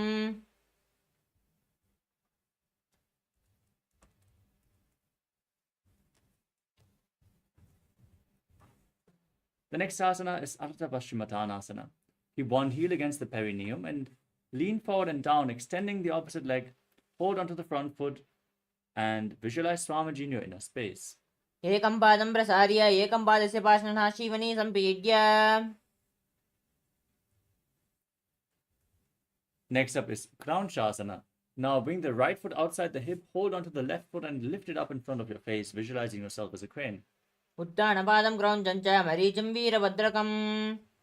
Now repeat Ardha Paschimottanasana on the other side. Bring the left foot against the perineum, lean forward and down, visualize Swamiji in your inner space. एकं पादं प्रसार्य एकं पादस्य पार्श्वनाशीवनी सम्पीड्य Now repeat Kraunchasana on the other side. Lift the other foot towards your face. Visualize yourself as a crane.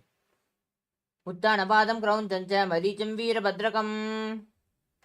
Next up is Swastikasana. Sit in a comfortable cross-legged position with your feet in between the thighs and calves. Hands on the knees, gaze to your nose. Visualize yourself as a swastika. जानुर्वोरन्तरे सम्यक् कृत्वा पादतले उभे.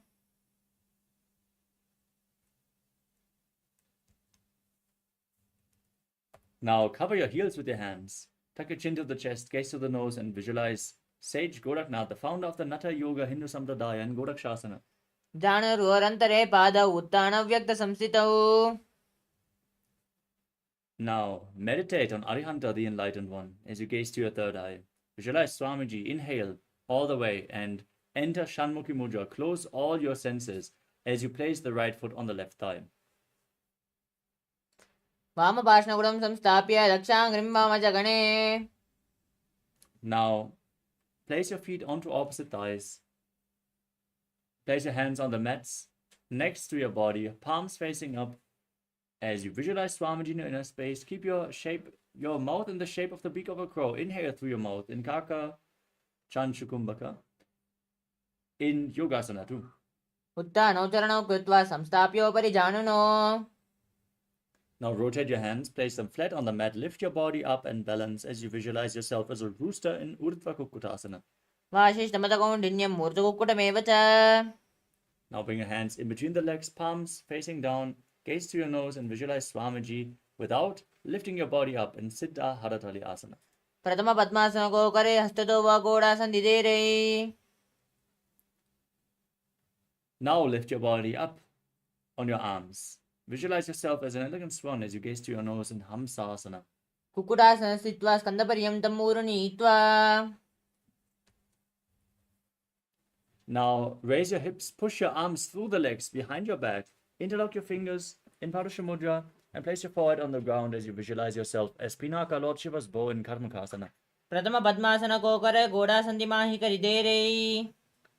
Rise up with your hands in between the legs. Bend your elbows upwards and hold on to the respective shoulders.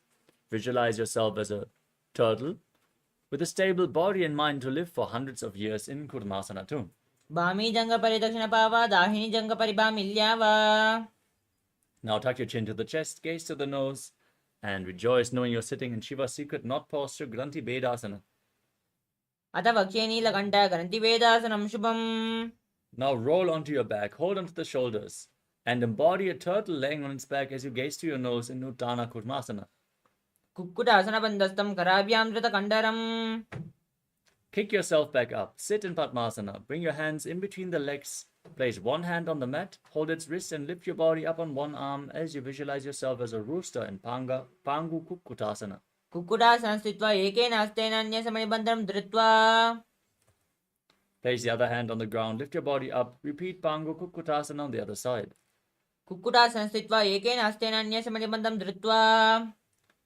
Now sit in Padmasana, place your elbows on the toes, interlock the fingers in Padusha Mudra, rest your chin on the fingers as you press your thumbs against your throat. In Gridasana, visualizing you have gone beyond all greed and covetous. जानुर्वोरन्तरे पादौ उत्तानव्यक्तसंस्थितौ. Next up is Padmasana 3. Now place one hand over the other, palms facing up in your lap. Engage all three bandhas, Mahamudra Bandha, gaze to your nose and visualize Swamiji in Padmasana 3. उत्तानौ चरणौ विधाय विधिवक्षस्थितौ योगिरात्. Now place your hands on the knees, gaze to your nose, chant Om Nithyananda Paramashivoham as you visualize Paramashiva in your inner space in Padmasana form. एतत् पद्मासनं कुर्यात् प्राणवायु प्रसिद्धये. Next up is Karmakasana 2. Now keep the left hand on the left knee and hook the right hand, index and middle finger around the big toe, moving it round and round. Then repeat the movement on the other side, visualizing yourself as Paramashiva's bow in Karmakasana 2. अथान्यासनमावक्ष्य योगपूरकरक्षणात्. Now cross your arms behind your back and hold onto the big toes as you sit in Padmasana. Gaze to your nose, engage Mahamudra Bandha, and visualize yourself as Pinaka, Lord Shiva's bow in Karmakasana 3. कार्मुकासनमाक्षित्य उदरेत् पूरयेत् सुखम्. Now raise your chest, gaze up towards your third eye as you visualize yourself as the action of Paramashiva's third eye, destroying anything you come across, and Dridhasana. ऊरुभ्यामुपरि स्थाप्य पादयुग्मं प्रयत्नतः. Now roll onto your back with your arms crossed behind. Keep holding onto the big toes if you can, as you visualize yourself as a snake, and breathe through your nose in Sahadra Kumbhaka and Nagrasana. प्रथम पद्मासन कोंताने दो हाथ पाचाने आने.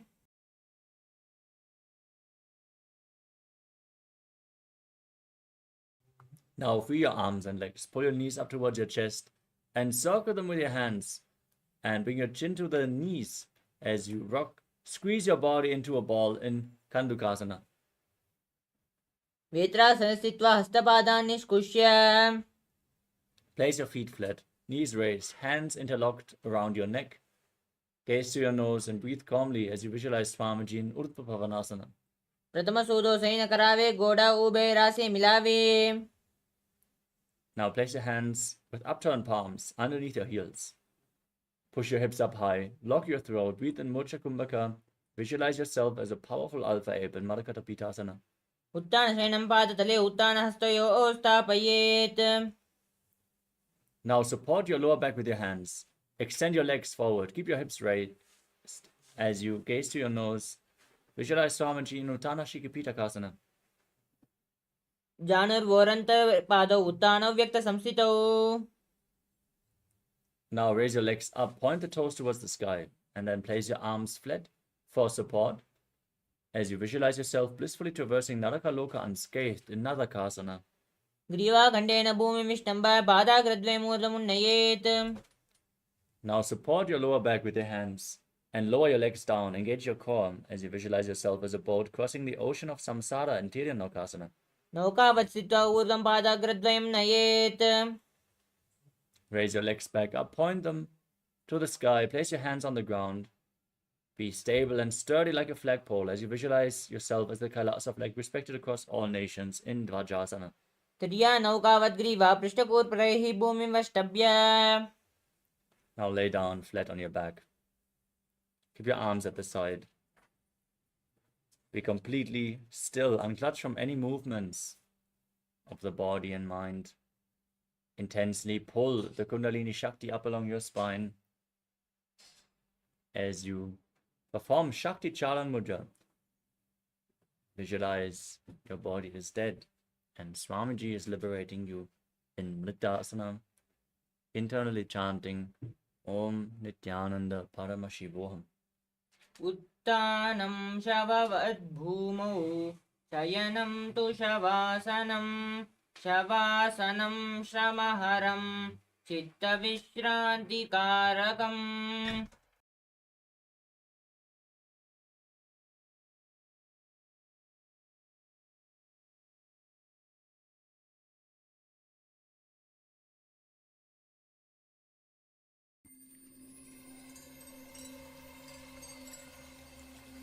I welcome you all with my love and respect.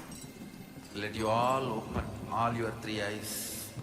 Om Nithyananda Paramashivoham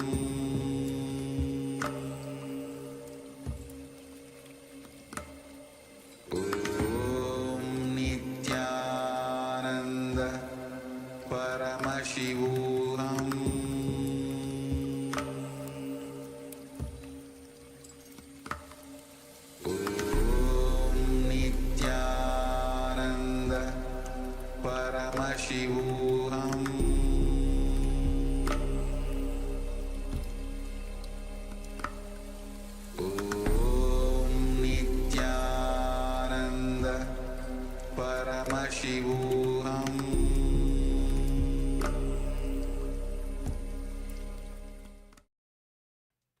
Now, slowly return to your physical body. Wiggle your fingers and toes, your wrists and your ankles, your elbows and your knees. Pull your knees up towards your chest. Rock your body from side to side and slowly return to a comfortable seated position.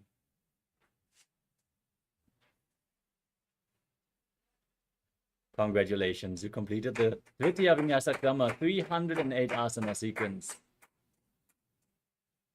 We want to complete with all the participants for the technical glitches and the speed at which you had to go towards the end. But now let us enter into the next segment of previews for the Tritiya Vinyasa Krama series. We're going to perform another 15 new asanas, as they have never been performed in this show before. Let us get ready. Have a quick sip of water and let's perform the asanas. Nithyananda, we are on a mission to revive the Enlightenment civilization. If you resonate with our message and want to be part of us, be sure to like, share, and subscribe. And don't forget to click the bell icon.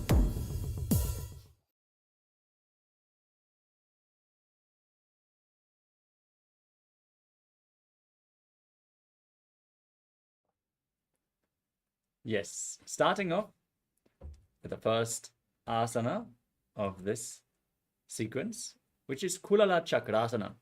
Now stand tall, raise your arms to the side, and rotate your arms forward again and again. As you visualize yourself as a potter's wheel, breathe calmly through your nose in Sahaja Kumbhaka. हस्तौ प्रसार्य भ्रामरं कर्तव्यं कुलालचक्रासनं भवति. Next up is Pangjasana. As you stand tall on the toes, keep your spine straight and cross your hands on the chest. Hold on to opposite arms as you gaze to your nose and visualize yourself as a caged bird being released. चरणस्याग्रभागे नोत्तिष्ठेत् भूवस्थले मुनिः. The next asana is Ardha Chandrasana. As you stand and keep the sole of the left foot against the side of the right knee.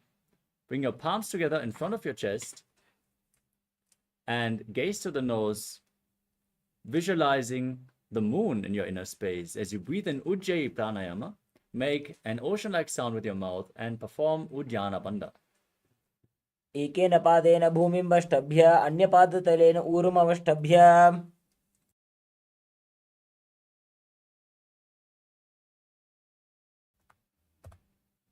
Next up is Sankhvasana.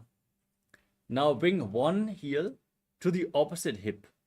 Sit and stand again and again, alternating sides as you gaze forward and visualize yourself as an arrow to Shiva's bow.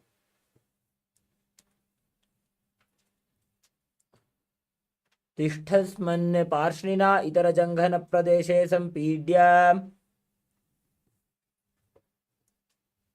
The next asana is Ardha Talasana.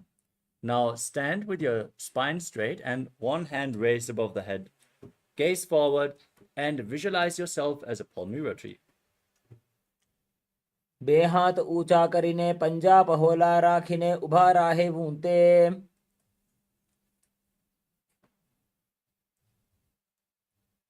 The next asana is Virabhadrasana. Now stand tall, step one foot back and the other foot far forward. Bend the front knee at a 90-degree angle and extend your arms parallel to the ground. Now visualize yourself as Lord Virabhadra. उत्तानपादं क्रौञ्चं च मरीचिं वीरभद्रकं नटराजं त्रिकोणं च सुप्ताङ्गुष्ठप्रसारणे.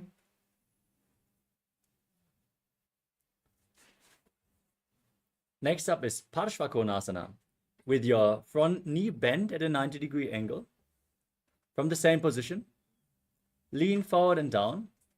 Bring the front arm towards the foot and raise the opposite arm towards the sky as you visualize Swamiji in your inner space.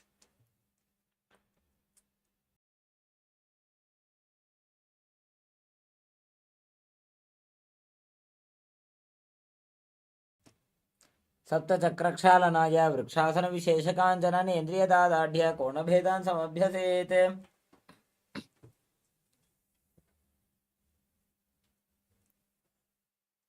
Next up is Parivrita Trikonasana.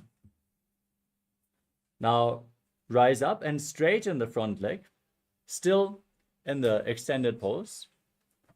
Twist and bring the left hand down outside the right foot and raise the right hand up towards the sky. Gaze towards the sky as you visualize yourself as a triangle. सप्तचक्रक्षालनाय वृक्षासनविशेषकाञ्चननेन्द्रियदादाढ्य कोणभेदान् समभ्यसेत्. The next asana is Virabhadrasana 3.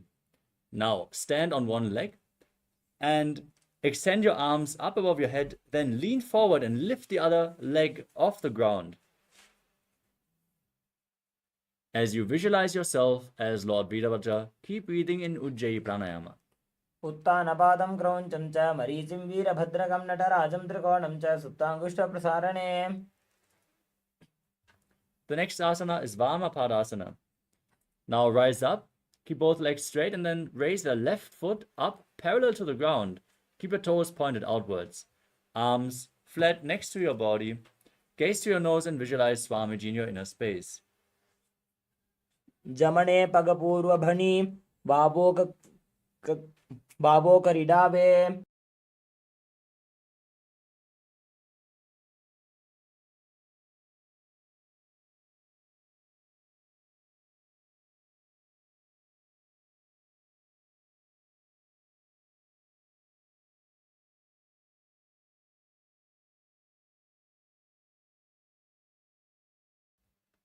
The next asana is Mantara Vrikshasana. Now stand and keep the sole of the left foot against the side of the right knee. Bring the palms together in front of your chest. Gaze to your nose and visualize yourself as a tree. अर्धवृक्षासन A आसनाने अवन्तरभेदचे. Next up is Kamasana.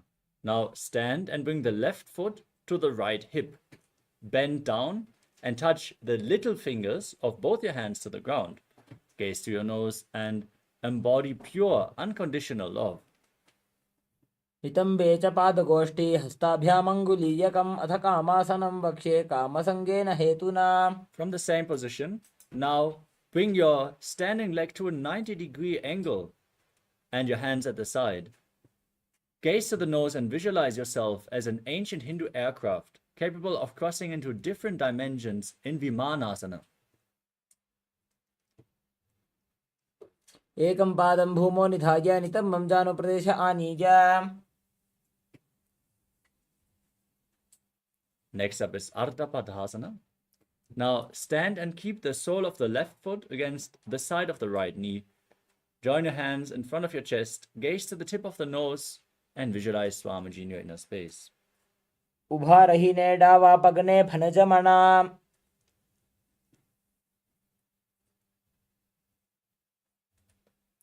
The next asana is Uttita Trivikramasana.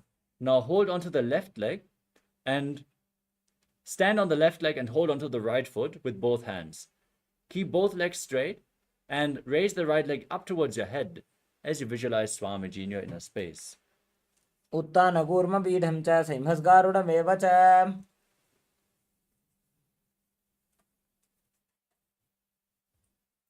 With this, we conclude the preview for the Tridya Vinasa Krama for today. Thank you all so much for joining and participating in today's Nithyananda Yoga session. Let's get ready for the Power Manifestation session where we manifest the Shaktis of Paramashiva. And let us conclude this session with the Purna Mantra. Sit straight with your head, neck and spine in a straight line. Join your hands in Namaskara Mudra. Close your eyes, visualize Swamiji, take a deep breath and chant along. ॐ पूर्णमदः पूर्णमिदं पूर्णात् पूर्णमुदच्यते पूर्णस्य पूर्णमादाय पूर्णमेवावशिष्यते. ॐ शान्ति शान्ति शान्तिः. हरि ओम तत्सत्. सर्वं भगवत् श्री नित्यानंद परमशिव पादुकार्पणमस्तु. ओम नित्यानंदम्. Thank you all. Nithyanandam.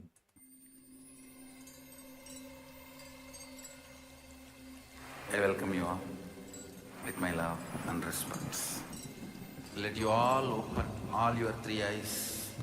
Om Nithyananda Paramashivoham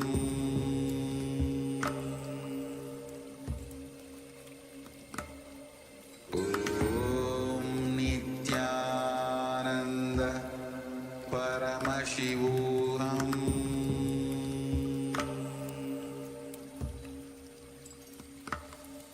Om Nithyananda Paramashivoham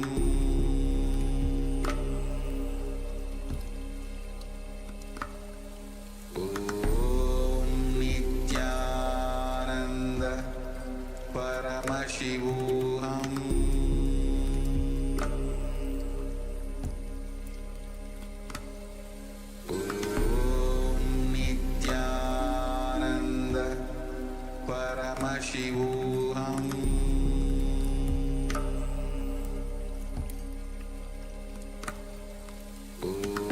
Om Nithyananda Paramashivoham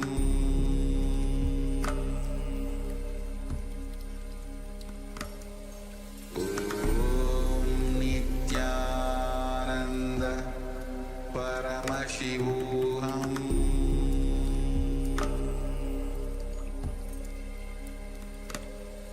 Om Nithyananda Paramashivoham Om Nithyananda Paramashivoham Om Nithyananda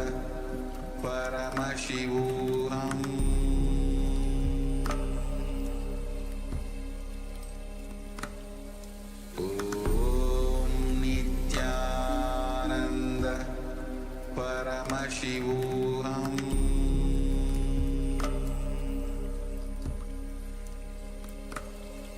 Om Nithyananda Paramashivoham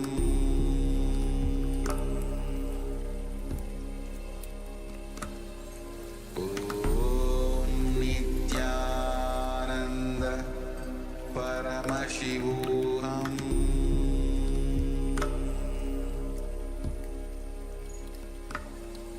Om Nithyananda Paramashivoham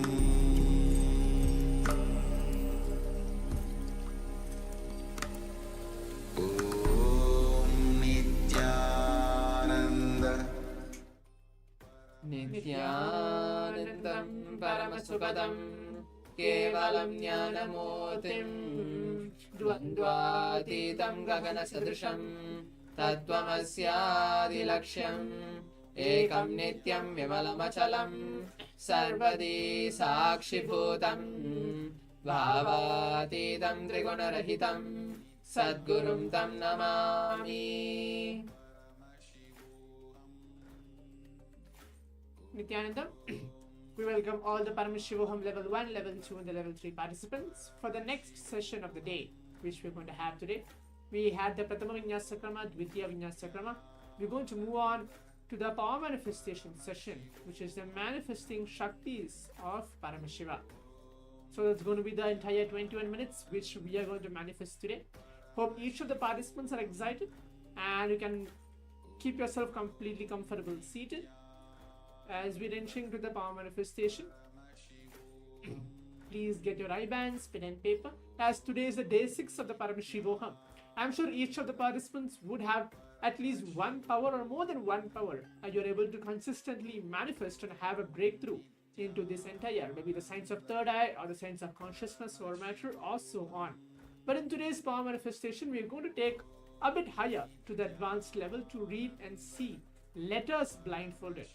So for the past few days, we were doing shapes, as most of the participants were able to get through it and able to play along and manifest the power of seeing shapes blindfolded. Today we're going to see alphabets, just a single letter alphabets, one letter alphabets blindfolded will be the round of the power manifestation which we are going to manifest today. So keep your eye bands, pen and paper. If you have your Atmalinga, please wear your Atmalinga or keep your Atmalinga with you during this entire power manifestation. And now you're going to go through the Shastra Pramana, which are the scriptural reference to manifest the power of third eye, where Swamiji tells in every single power manifestation, we have more than 463 plus powers, and in this Paramashivoham, we are getting initiated to more than 21 plus powers, and all those powers are directly revealed by Paramashiva himself, Swamiji, where he tells that everything is retreated back in the Vedas and Agamas, the source scriptures of Hinduism, where Paramashiva tells all these powers are real, and when we manifest, not only we get the side effects of we are experiencing the highest reality that we are Paramashiva, experiencing the space of oneness with Swamiji, but we also manifest that very same space. So now let's enter. As in the meantime, as you get ready to bring your eye bands, pen and paper and your alchemy products, let's listen to the Shastra Pramana and the translation, and then I'll guide you step by step into this science of manifesting third eye, reading letters today. Yes, let's now see the Shastra Pramana, the scriptural reference, the direct words of Paramashiva. I'll be first chanting the Shastra Pramana, quoting the source of the Shastra Pramana, and then giving you all the translation and the technique hidden in this translation.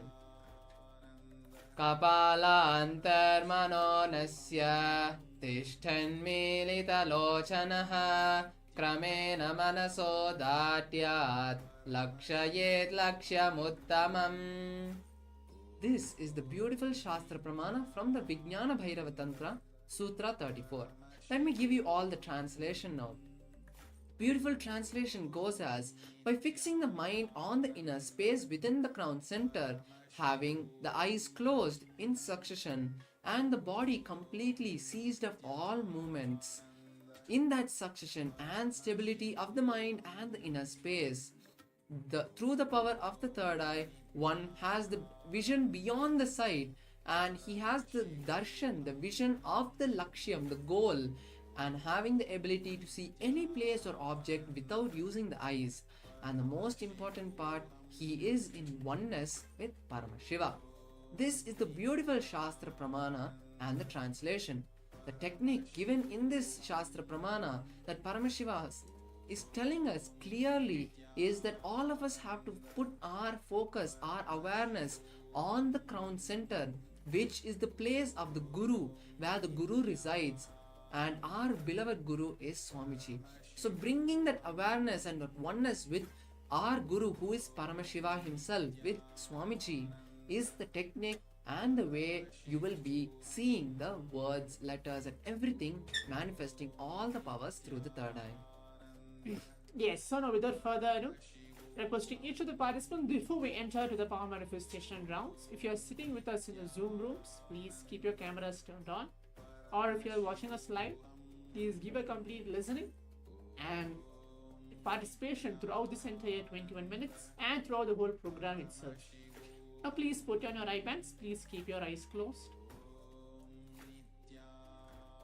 please blindfold yourself.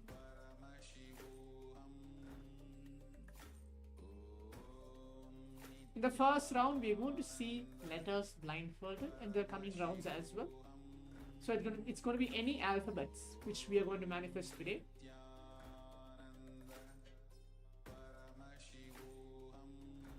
Keep your eyes closed. Be in that unclutched space to receive the Supreme Pontiff of Hinduism, Swamiji, unto you, to manifest the power of third eye now.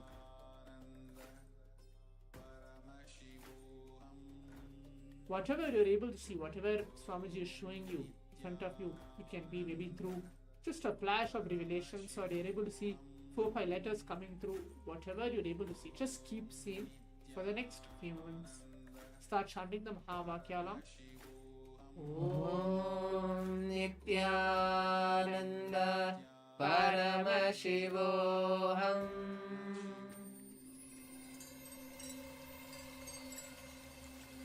I welcome you all with my love and respect.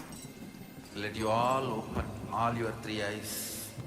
Om Nithyananda Paramashivoham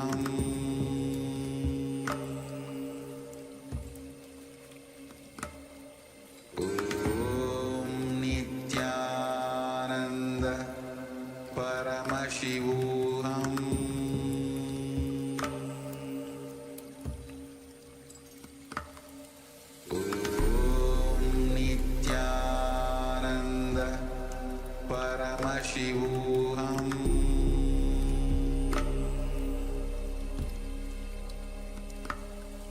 Om Nithyananda Paramashivoham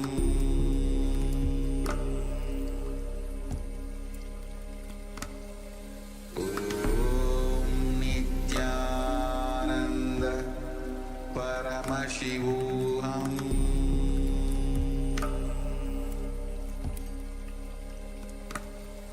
Om Nithyananda Paramashivoham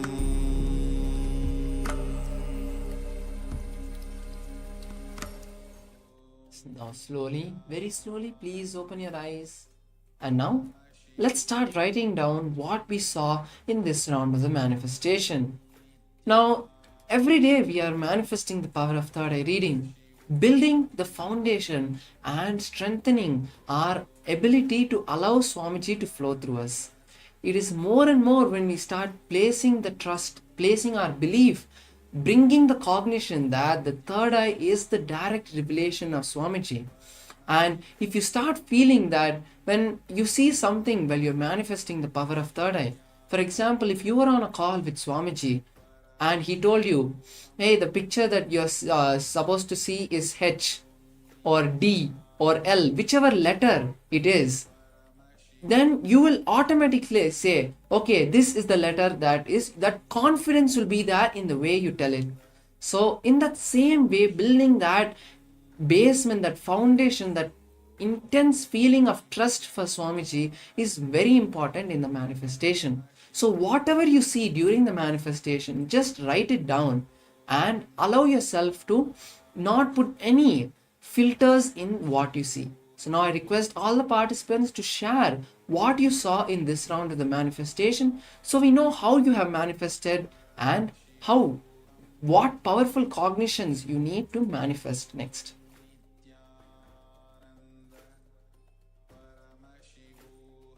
So now let's all move on to see the image, which will get projected now. As you can see, it's a letter H, which is projected in this first round of the power manifestation, which is written in the golden font, and the background as well, it's black in color.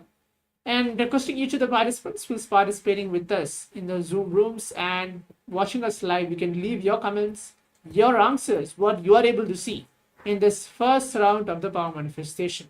Let's take a few minutes to do that, to share your answers before we move on, prepare ourselves to move on to the next round of the power manifestation. Please leave your answers. You can see Chaikun, Pavan, Ruka Brundo, and Matthew Whisker. Okay, and I see a participant named as Guru Prasadni has put a message. Saw red, white, black color and letter E. That's not a problem. You're able to see the letter E and you saw as well the black color. That's wonderful. Now let's all move on to the next round of the power manifestation. We're entering to the second round. In the second round as well, we're going to see again a different letter altogether. Please keep your eyes closed. Again, put on your eye bands. Please keep your eyes closed now.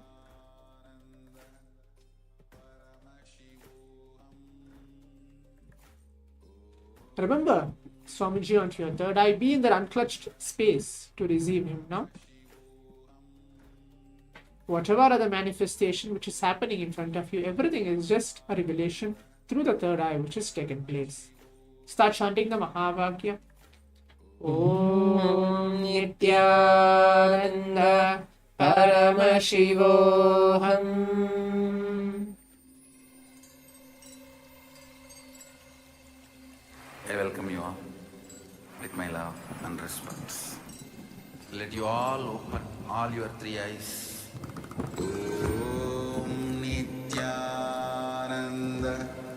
Paramashivoham.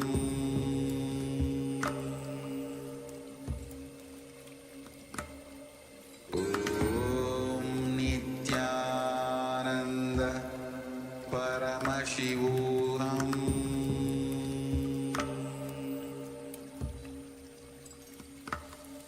Om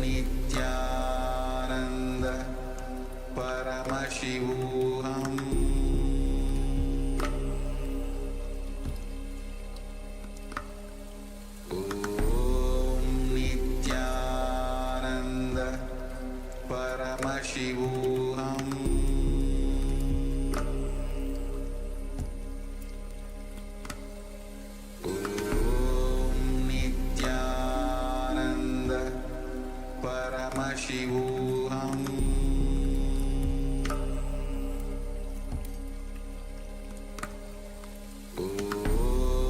Nithyananda Paramashivoham. Yes, slowly, very slowly, please open your eyes. Now, once again, we have completed this step of seeing the image with our eyes blindfolded. Now, let's start writing down before we verify what all were the revelations, the different colors, shapes, letters you saw. Even if you saw a shape, that is perfectly fine. If you saw a color, that's perfectly fine. It doesn't need to be that you have to see the letter only and that is the only manifestation. When we begin the third eye reading process, it is a fluttering period before our body, our mind, our brain is able to actually process the whole information immediately. It is not a long process. It is only when we keep having the doubt with ourselves, can I do it, can I do it, can I do it, that doubt which we hold is what is blocking us. The different things am I imagining, all the different doubts you have is the only thing that is blocking. The breakthrough will happen when we stop doubting what we are seeing. Allowing whatever Swamiji saw, whatever Swamiji showed you to be revealed, to accept what Swamiji gave and not put any interpretation in what you saw is the most important. So now I request all the participants to share in the YouTube, social media platforms, wherever you're watching, or in the Zoom chat, whatever you saw in this round of the manifestation.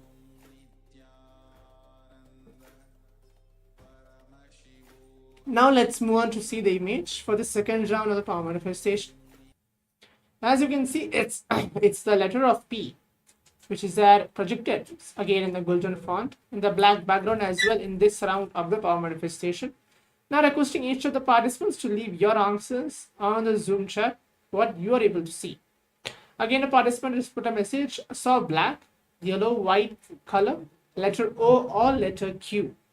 Okay, that's close to the letter P as well. So that's actually close to the manifestation as you have been manifesting this seeing letters blindfolded. So now let's all prepare ourselves. Yes, again, another participant has put a message. I saw letter R. That is also close to the letter P. That's wonderful. So now let's move on to the next round of the power manifestation, the third round. And Matthew Whisker has put a message. I saw pink, 2 circles, 2 rings in this round of the power manifestation. That's good. So now let's prepare ourselves. Keep your eyes closed. We're entering into the third round of the power manifestation. Please blindfold yourself.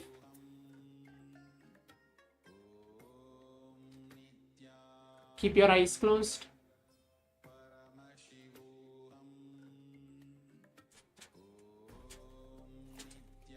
Start chanting the Mahavakya. Om Nithyananda Paramashivoham.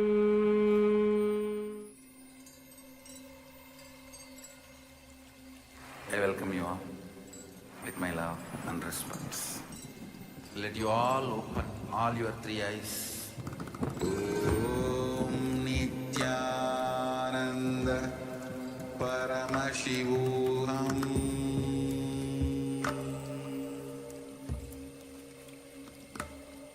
Om Nithyananda Paramashivoham.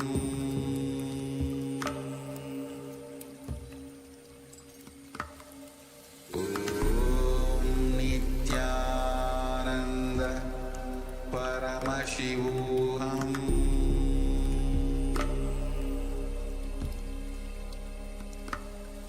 Om Nithyananda Paramashivoham.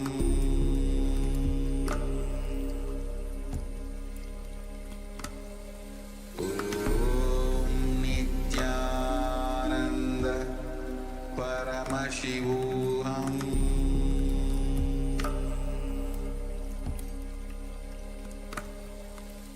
Now, slowly, very slowly, please open your eyes. And yes, now we have once again completed the step of seeing the image blindfolded. Now, once again, start writing down all the revelations you got in this round of the manifestation. And all of us should also know that Swamiji is the one who is initiating us every day. He is the one who is giving us the power. It's like the plants that we see, they receive the energy from the sunlight to manifest food. The same way we are also like that. We receive the energy from Swamiji every day. The initiation that Swamiji is giving is like putting more and more and more and more energy, and that boiling point will be reached when we allow ourselves to allow Swamiji to flow through us. And that will happen when we accept that we are not manifesting this power. We are not the ones who are manifesting the third eye reading. It is Swamiji's energy, Swamiji's initiation. So holding this context is very important. So I request all the participants to share in the Zoom or the social media platform what you saw in this round of the manifestation. So now let's all move on to see the image, which is that. The image which is now projected is the image K. And a participant has put a message, saw something pointy or with an angles. That's actually close, kind of pointy, which is also there, the letter K. And another participant has put a message, saw black, yellow color, and the letter C. That's wonderful. So the letter which is projected for all of us in this third round and the final round for today is the letter K for this round of the power manifestation.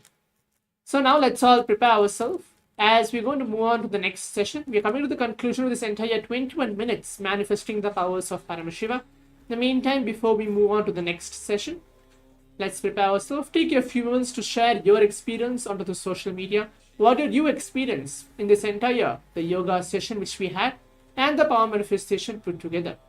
Share your experience onto your social media as we're going to move on to the next session. Stay tuned. Thank you. Nithyananda. Nithyananda, we are on a mission to revive the Enlightenment civilization. If you resonate with our message and want to be part of us, be sure to like, share, and subscribe. And don't forget to click the bell icon.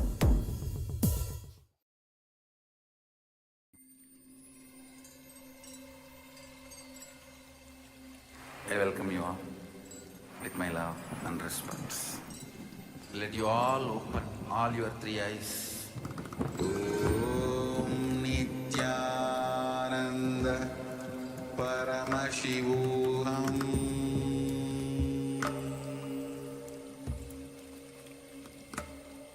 Om Nithyananda Paramashivoham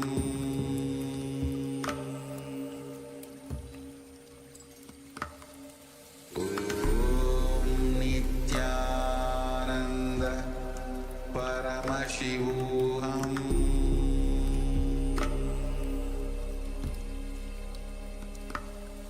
Om Nithyananda Paramashivoham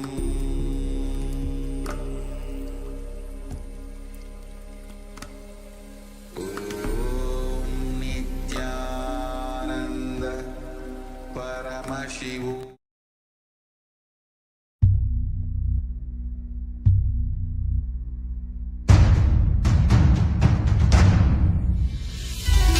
As Paramashiva, inhale and exhale deeply with 25 heads and 75 eyes and 50 hands.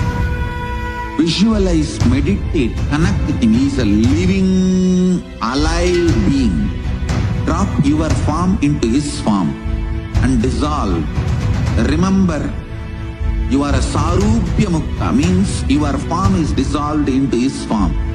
I see some of the participants have kept their cameras open and ready for the session. I request all the other participants also, you can be ready, keep your cameras on and be ready for the session now, as we'll be entering into the session.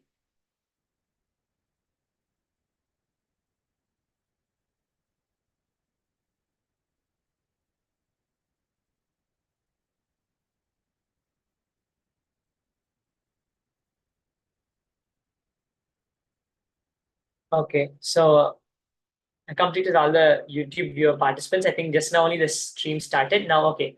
So Now, I hope even on YouTube, everyone can see me and hear me properly. So now we are going to be entering into today's session, as just now saying. We are going to be learning about leadership consciousness today completely, and how we can become leaders, not just for other people, but for our own selves in our own lives. So as we begin the first session, I request all the participants, please be seated in front of the camera with enough lighting and you're clearly seen in the camera as we now enter into the first session. So we'll be starting with the Sadguru Vandanam and then be entering into the session.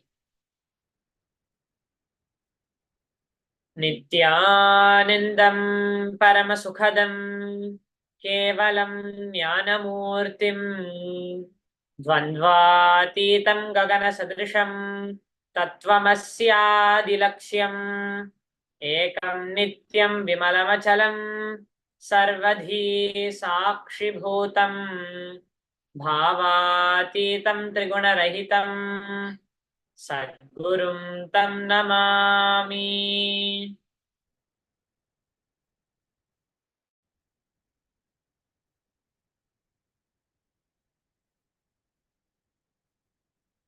Let us now enter into today's first session. As part of today's first session, we are going to be learning about how leadership consciousness is a state, how we can come to that space of leadership consciousness, and going deeper onto the insights about what is really that leadership consciousness which we are saying. So I request all the participants, keep a pen and paper throughout the session. As we enter into the session, keep a pen and paper and pen down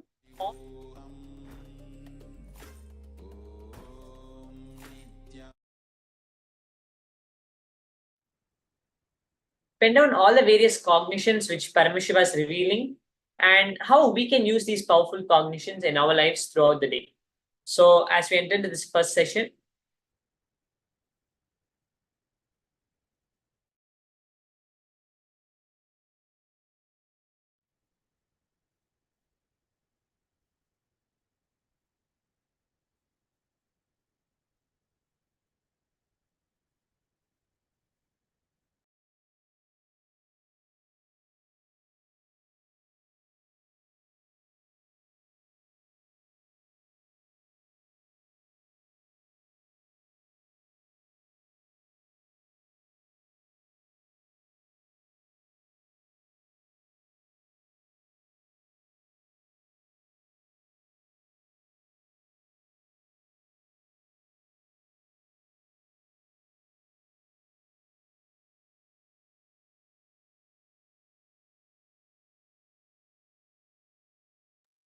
okay, I completed all the participants now. Yes. So we are now going to be entering into the first session for today. How we can understand leadership as a state. It's not a status. So keep the pen and paper as just now I said, and let us enter into the session now.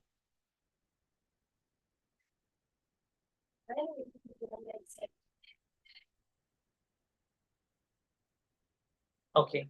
So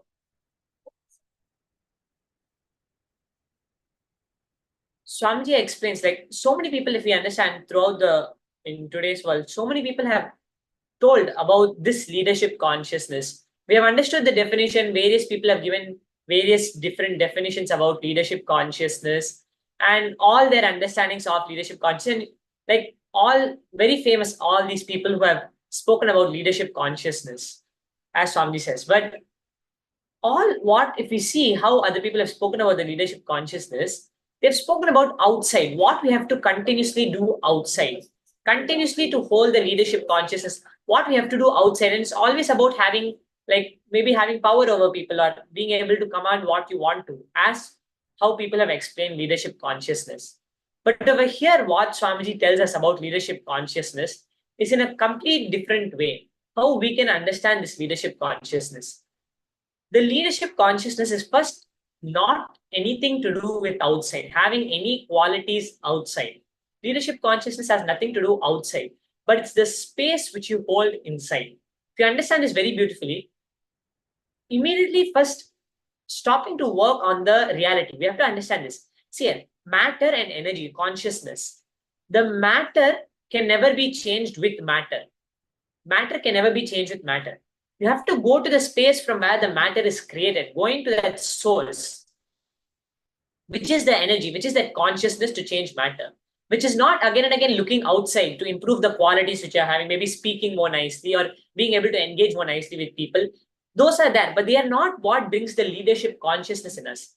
Understanding leadership consciousness, not as just having power over people or like being able to command people or being able to interact with people, but being able to, in our own lives, manifest what we want. Being a leader first for our own lives. Only a person who's able to hold the space for your own life, only being able to hold the space for our own lives, being able to manifest what we want, can even bring us to the first step of becoming a leader on being able to enrich other people to have that space. Because only when we have the right space, we'll start enriching other people to have the right space. So throughout the day, we're going to be watching many powerful cognitions which Swami is going to be revealing to us, doing various power manifestations and various completions. So throughout the day, if you have any questions, any doubts, any clarifications, please feel free to put it in the chat, in the Zoom chat over here.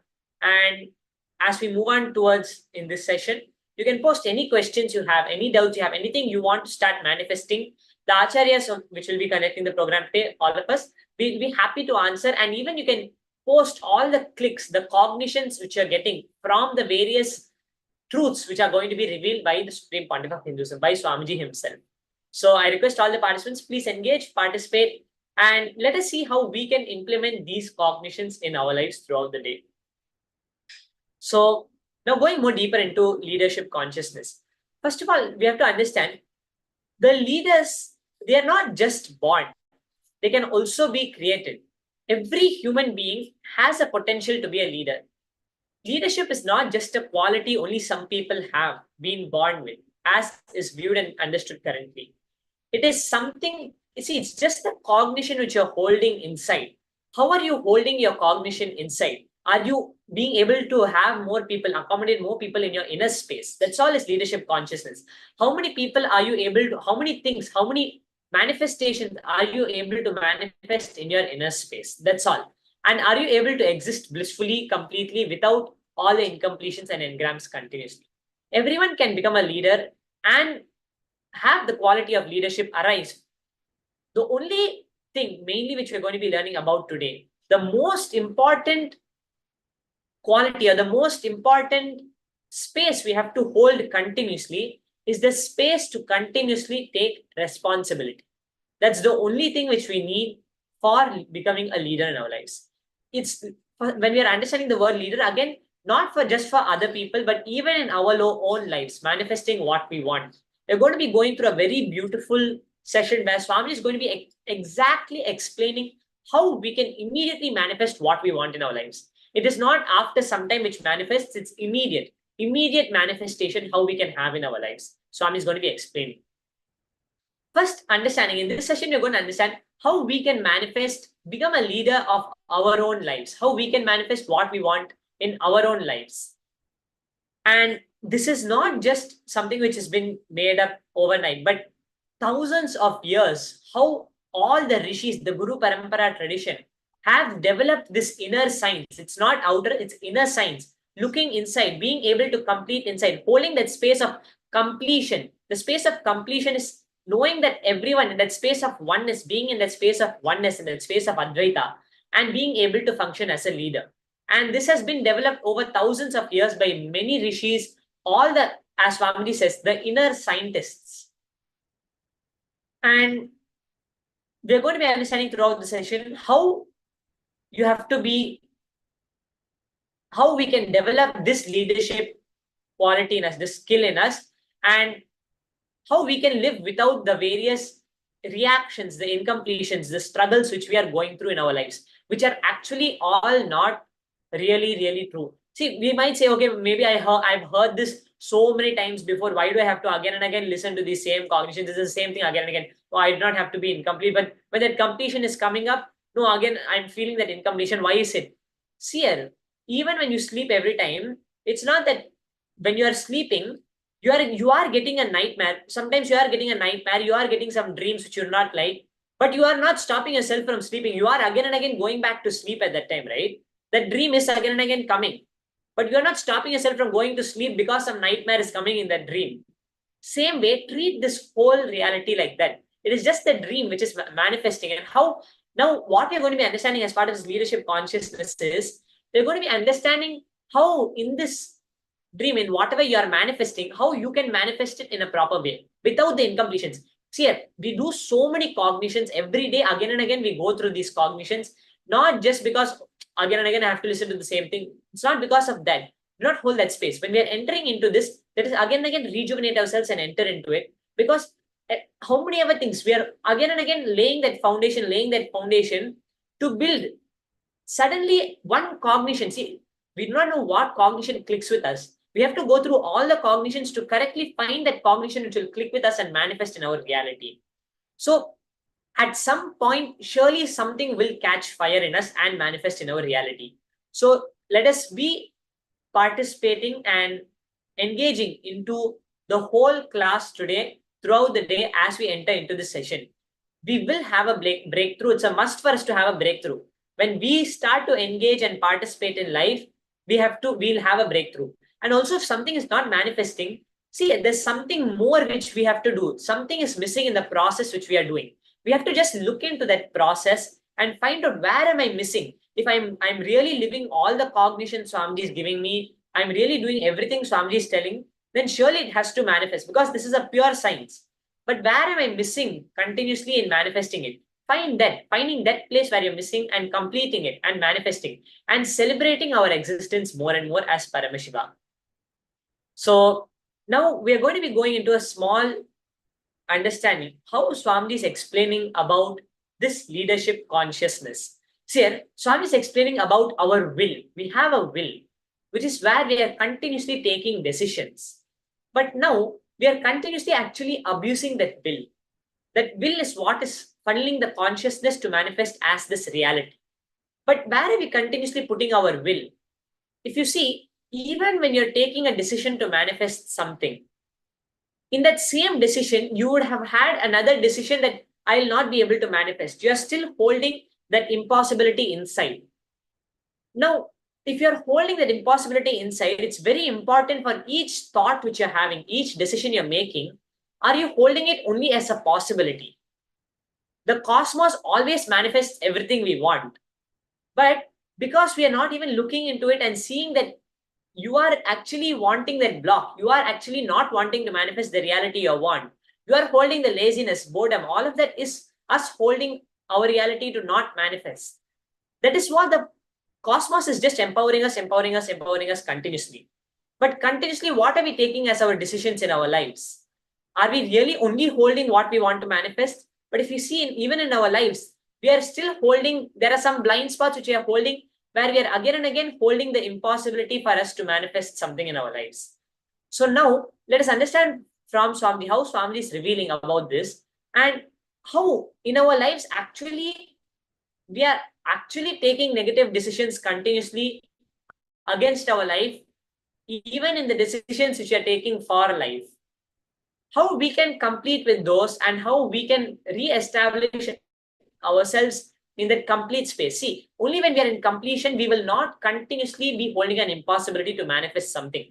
So it is a necessity for us to have that space of completion to manifest anything we want in our lives. So let us now come to the space of listening as we understand how we can understand where we should put our will completely, where we should hold our will to manifest and rightly hold the right context for us to manifest our reality. So now I request all the participants, keep a pen and paper, note down the cognition Swamiji is giving and try to see how we can use it in our lives and intensely listen to what Swamiji is giving. Continuously our mind will be running somewhere, but we have to again and again bring it back to what Swamiji is trying to tell, because we really want to change the reality we are in now to our highest self, to the enlightened state of ourselves. Then if we want to do that, we have to see where are we missing continuously in this same process which Swamiji is telling us. It's a very simple process, the most simplest way for us to go to that space. Then where am I missing continuously, and find out that place where are you continuously again and again holding that impossible cognition and bringing it back to that possibility. It's the most easiest thing for us to manifest. So now let us see where we are missing out and try to correct and complete all the incompletions which we are holding.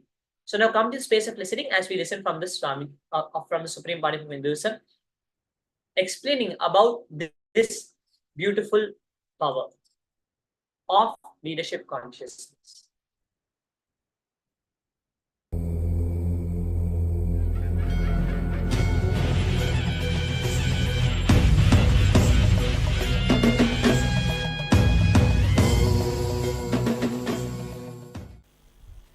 See, with the right understanding, you can be established in leadership consciousness. Please understand, not just with certain qualities, but with right understanding. See, instead of being stuck in your patterns, ability to flow,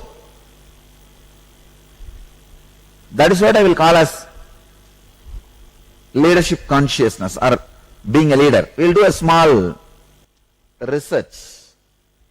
First, all of you write down in your notebook.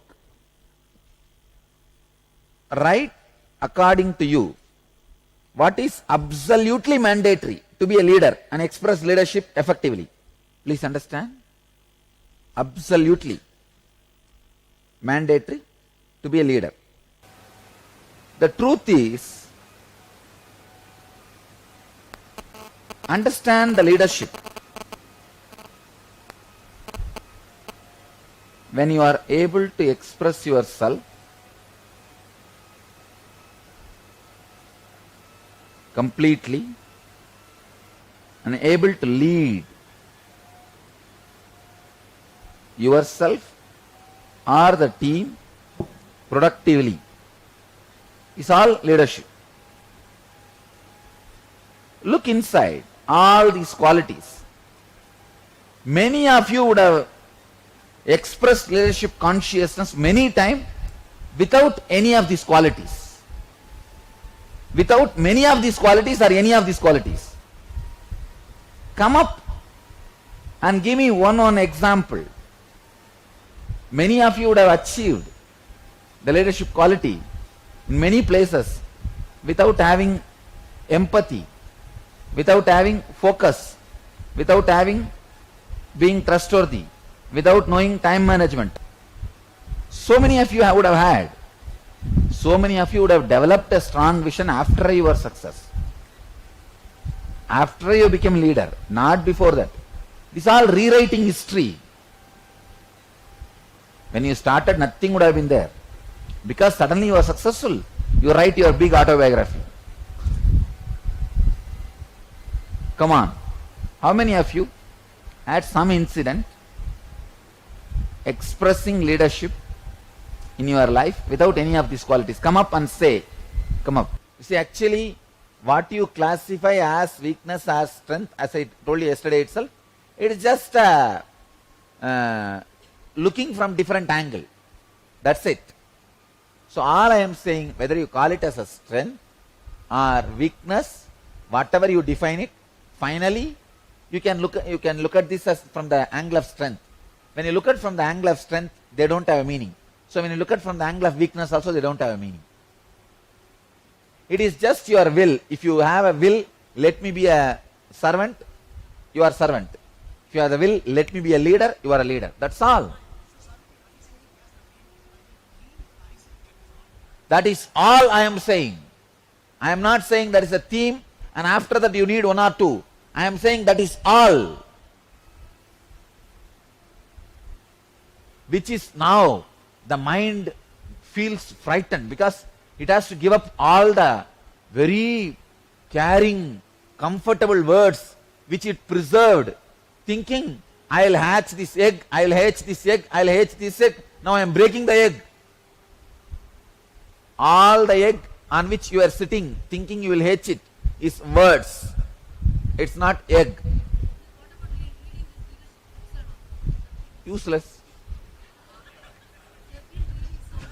That is what I am saying. That is what now you don't want to feel. Your 10 years is wasted. That is why you feel, no, this is not true. Arey, come on.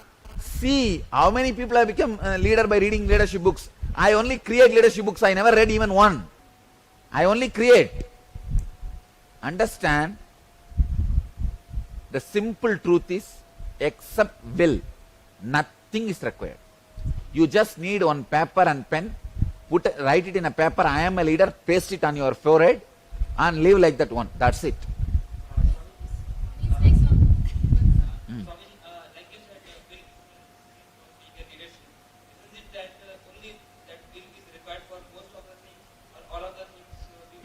Everything, simple decision is, that's all, nothing else.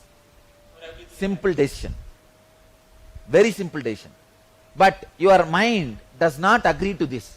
How can things be this simple? But it is. I tell you, I do not have one extra leadership quality or one quality got molded, developed when I started Dhyanapidam and now. I am very honest. When I started Dhyanapidam, my leadership qualities, and now not one quality improved 1 inch. I am telling you openly, honestly. Not one quality improved 1 inch. You will see within next 1 month, my first ASP will be put in the YouTube, which I did in 2002. I don't see any difference in my body language or words, the way I am from that 2002 ASP to 2011 Inner Awakening. The decision to be a leader opens up and breaks so many things. After that, you give any name you want. I don't even want to say that qualities will come automatically to you. Then again you will say the qualities are required, which is not. So, Swamiji, it will express without the name quality as quality. The flavor of qualities are not qualities. Your will only affects your environment. Everything. Any field. It is a simple will. See, this will take care of everything, all other second, third words you put. But the moment I accept the second, third words, you will say these qualities are required. See, decision making means simply now deciding. What is your problem in now deciding to be a leader? I decide today. That's enough. I back off. No. Who said you are backing off? Why are you backing off? Then you decide to back off, decide not to be a leader. So that is a success. Again, that decision is going to be executed. You are a leader. By deciding not to be a leader, you have not become a leader. That's all. So by not being a leader, you are a leader. Okay, Swamiji, I'll ask one question, Swamiji. Suppose I See, you decided not to be a leader and you are not a leader. So you are a successful leader. Yes, no. Because your decision is executed, you are successful. Now I've decided that I'm a leader. And then I have set the goal. Like in this many months I'm going to do all these things. By the end of that many months I wouldn't have done. No, if you are planning now itself, naturally you wouldn't have done. You are a leader. I didn't get you, Swamiji. See, now itself you say, this many months I will plan to do. For example, I will put an example. 1 crore in next 1 year. And after 1 year you wouldn't have done. You are saying. So now itself you decided you are not going to be doing it. So you have not done. So you are a leader. No, Swamiji. Then you say, If I have realized. listen. No, listen. In your decision itself, you decide your failure also. There's a lingering thing. Yes. Back. The linger. Out of that. No, there is no question of how do we come out. Simply come out. Now I have decided I am not going to have any more lingering. I am not going to have any more lingering. Over. Okay. Leadership can happen with and without confusion.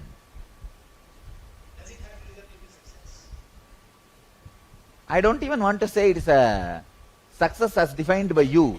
Success as individuals define. So, your decision is executed, you are a leader. I can't think of any situation where anybody won't be. That is what I am saying. Always, all of you are leaders. You got the point. Why should some of you have to be a slave, not being a leader at any moment? Leadership is consciousness. Already you are all conscious. But you don't want to look into it. You always feel there is something hanging over. There is something missing. Problem is, always if you look, the other person will be successful than you. See, going to restaurant is like marriage. Going to you order what you want, but after it is delivered, you always feel your friend has a better. Going to restaurant is like a marriage. You order what you want, but after it is delivered, you always feel your friend has a better. Your mind, whether it's like positive or negative, that Simply will lives. No leader is a leader. Understand? If you can, use them as ladder, or just forget about them. That's the truth. That's the truth. No leader is a leader. There is no leader. If you feel anybody is like a little more than you, if you can use them as a ladder, use. Otherwise, forget about them. so we can use as a ladder, Swamiji. As long as you feel he can be a ladder. Because That's all. See, when I say simple truth, it hurts you because it is too strong. I am telling you, there is no leader except you consciously deciding. See, it is the pressure you feel inside about what you want is what I call leadership consciousness. Nothing else. See, now I'll give you guys a glimpse of this consciously. A very small practice, very simple practice. Just sit with your pure will without letting the will overflow as a thought or decision. See, your will is like an overflowing pot, full pot. The moment it starts overflowing, it becomes a thought or decision, gets diluted. Let the pure will be as pure will. Just be what you feel as you. That's it. Not becoming anything. Understand? No. Again, in a different way of unclutching. Just what you feel as you, sit with that without letting that turn into any other idea or concept or expression, future or any things you carry about you. For example, now I am me. I may have a goal by 2012, I should do this. Let me not allow that me to take a turn or a different form, the 2012 me. Me this moment, me at 2012. The me at 2012 is what you think as leader. For you, I am giving you example. You at this moment, you at 2012. You think you at 2012 is a leader. So you always try to take the form of that in the mind. Now, sit you at as you now. This is what I call will without overflowing or without getting turned into anything. Like a milk becomes a buttermilk without that getting churned, without milk becoming buttermilk, without 2011 leader becoming 2012 leader. Sit as a 2011.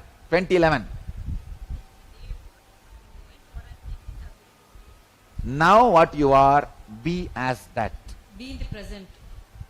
Don't bring that word. That's too loaded. Just be. Be with your will now. Will means you think on 2012 you will be healthy. Now what you think as you think you are sick. You are sick. Relax from that idea and just be. Why are you again and again taking a will? I am sick now, I am sick now, I am sick now. You are making your sickness. Why don't you say I am, but I don't know whether I am sick or healthy. I might have been sick.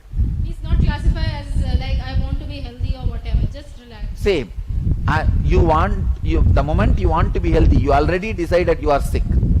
When I had the fracture, I never thought I am sick, and sickness never touched me. Not only me, even our whole ashram has forgotten I had a fracture. Ask them, do they even remember now? But it was such a big happening. Leader of the organization, whose right hand is only the income source for the whole organization. No, really. See, this hand is the only source of income for almost 1,000 people. 1,000 people eat, clothe, shelter, cell phone bill, traveling expense, just this one hand makes. And this hand is fractured. It has become such a simple event for us. Because I did not decide I am sick, and the sickness did not decide it can stay in my body. Just see what is happening in me. What is the meaning of the word blood pressure? What is the meaning of this burning? Let me see exactly where it is burning, what is happening. How do I give the title burning to it? Look in. Look in. That is what. Look in and see how many minutes it can stand your scrutiny. Disease is like a guest, stays with you till you scrutinize. It cannot stand your scrutiny. I can say each inner awakening is equivalent to a PhD, ma. I have condensed many PhDs into it.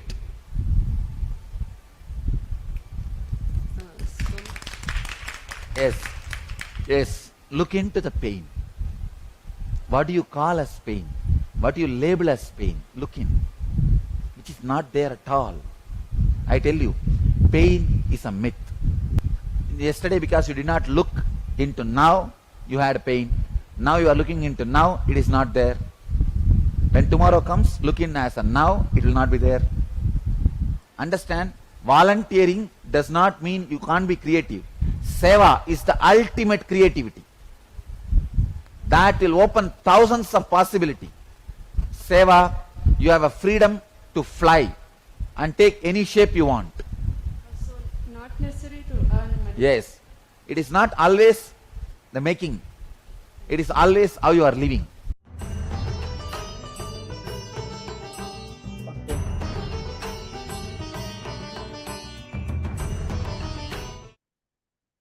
Yes. So we beautifully saw how Swamiji explained. See, if you understand this, actually what they say is when they were seeing the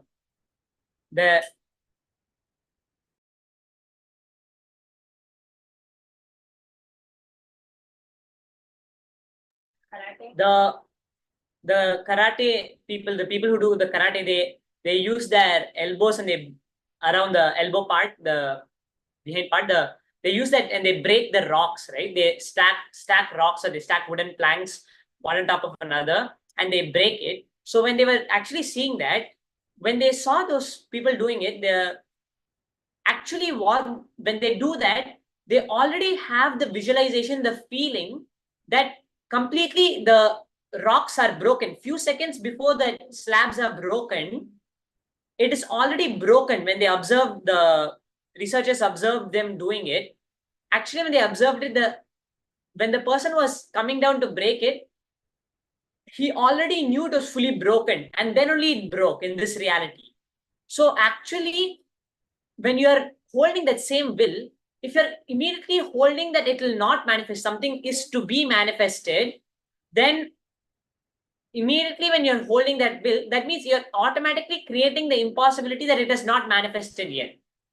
So what Swami is telling, if you understand very clearly, the will is not, it is to become something, it is just is. It is not to become something. Continuously when you're holding it has to become, you're again and again creating the future, which is something to happen.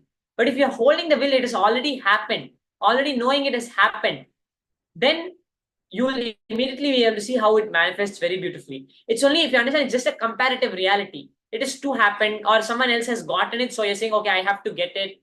Like that. It's just a comparative reality which you're playing in. The moment you decide to break out of this comparative reality and you start to move to the next dimension, in the next dimension, already everything has happened. In this lower dimension, what other people are perceiving in the comparative reality, it might not have happened. But in the higher dimension, it has already happened. So the more and more you move to the higher dimension, more and more conscious you start becoming, the more and more you start using these powerful consciousness in our life, automatically the reality which you're holding inside, there's no desire. The desire comes only when something is there to be manifested. That's why very beautifully Swami says, no desire is there because there's nothing to be manifested. Already everything has manifested. That is why when we start doing the power manifestation, we start getting a trust over ourselves, over Swamiji. Basically, our trust that I can connect to Swamiji and Swamiji can manifest anything in this body, through this body or through the system. Anything can be manifested. The more and more we are doing this power manifestation, more and more using these powerful cognitions, we'll simply be able to see how everything manifests. See, everyone is already a leader. Swamiji says there's nothing to become a leader. It's just leader towards what are you? Are you a leader towards the impossibility or are you holding a possibility as a leader? In the comparative reality, what you're saying is a person who's able to manifest anything he wants is a leader. But it's not the truth. The truth is everyone is already a leader. It's just deciding what you want to be as a leader. In the higher reality, if you see it, it's just what are you deciding to be a leader in? Are you deciding a leader to be in something I have to manifest, holding the impossibility still? Or are you deciding a leader to be now? The leader is just the now, being. That's why we call human beings, if you say. Being the possibility immediately. It is not something which is to be manifested. The moment you make it to be manifested, you have formed it as a thought. A thought is just nothing other than matter. So matter, as we understood, matter can never change the reality. Only energy can be. Energy is just being in the present moment continuously, participating in the present moment. When we start to participate, we'll simply be able to see everything starts manifesting, more and more participating. I'm not saying participating, when you're saying participating, also not participating in this matter. Actually, if you see, throughout the day, 95% of our mind is just running without us even being present. When we decide to participate, we are stopping the mind. Only 5% of the day, scientists tell us that we are being present actually. We are not running from the subconscious programming, not running from the mind running continuously in the patterns. But the moment you decide to be present, you start participating. That is when you start to manifest your reality. You do not again and again let the patterns run as a thought, continuously as a matter, but as the energy, being, the human being in the consciousness, being a leader. That is what is being a leader, as Swamiji said. It's a very beautiful concept, very subtle concept also what Swamiji explained. Very beautiful concept for us to understand. If we understand this, we can literally free ourselves from so many problems. So now we are going to be entering into the next part of the session. We are going to be seeing where and all in our lives. Let us list down the different areas of our life where we are not expressing leadership and think and pen down how we can express the leadership in those areas. Because see, it is not that we are not expressing. In some areas, we are seeing in the comparative reality, we are saying in some areas, I am not yet expressing my will as a power, as a leadership consciousness, as my reality. But now, in some areas, I'm expressing it. I'm expressing it in the failure, the impossibility. I'm expressing it over there. Now, how can I move the will towards the place where I want to manifest it? No more holding it. Immediately, it's manifestation. That's why it's an immediate manifestation, if you understand. It's not something which happens after some time. So let us now take some time and pen down and see where you are manifesting and how we can manifest what we want to manifest more in our reality now. So now just a few minutes to pen down and then we'll be moving to the next part. Take a few minutes, take a pen and paper. See, only when we engage, we'll start to create the difference. More and more, we have to start engaging into what we are doing, participating. That is why when we are doing all of these things, we start to participate, not let the pattern run on its own. The pattern is like a blind spot sitting in us. We're letting it run in auto mode. You put it in autopilot mode and send it to run. Then you do not expect to manifest another reality. We have to, if you want to manifest another reality, now we have to break that pattern. We have to start engaging by penning down the incompletions, breaking that pattern, not letting that pattern run on its own auto mode. It's just a decision which we have to take. So let us now start the exercise for some time and then we'll move on to the next part.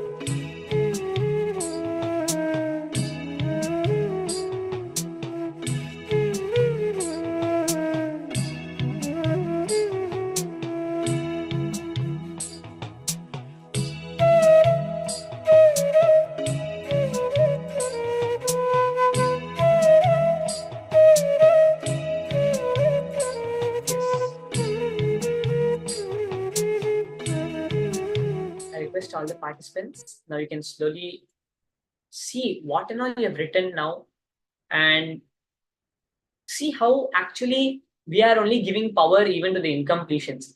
If we just declare in the reality, we just declare now it has happened, then we are breaking the comparative reality of something has to happen or someone else has made it happen. Always we are comparing it in that way.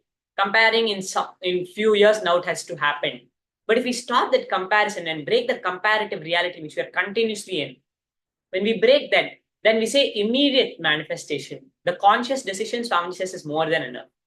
So now I hope all the participants were able to finish this exercise and able to complete with it. Now we are going to be doing the power manifestation. See, Swamiji beautifully says, every time we do the completion, we are able to change something in our reality. The power manifestation starts manifesting immediately. We start clearing up our inner space more and more. So when we clear up our inner space more and more, we'll be able to have more space to now manifest powers, start manifesting the higher Shaktis of Paramashiva, which will be even in the normal reality which we're using, we can start manifesting. So now we're going to be entering into the power manifestation. Let's now come to the space of listening now as we enter into the power manifestation. As part of today's power manifestation, now we are going to be manifesting the power of the Ashtamahashaktis.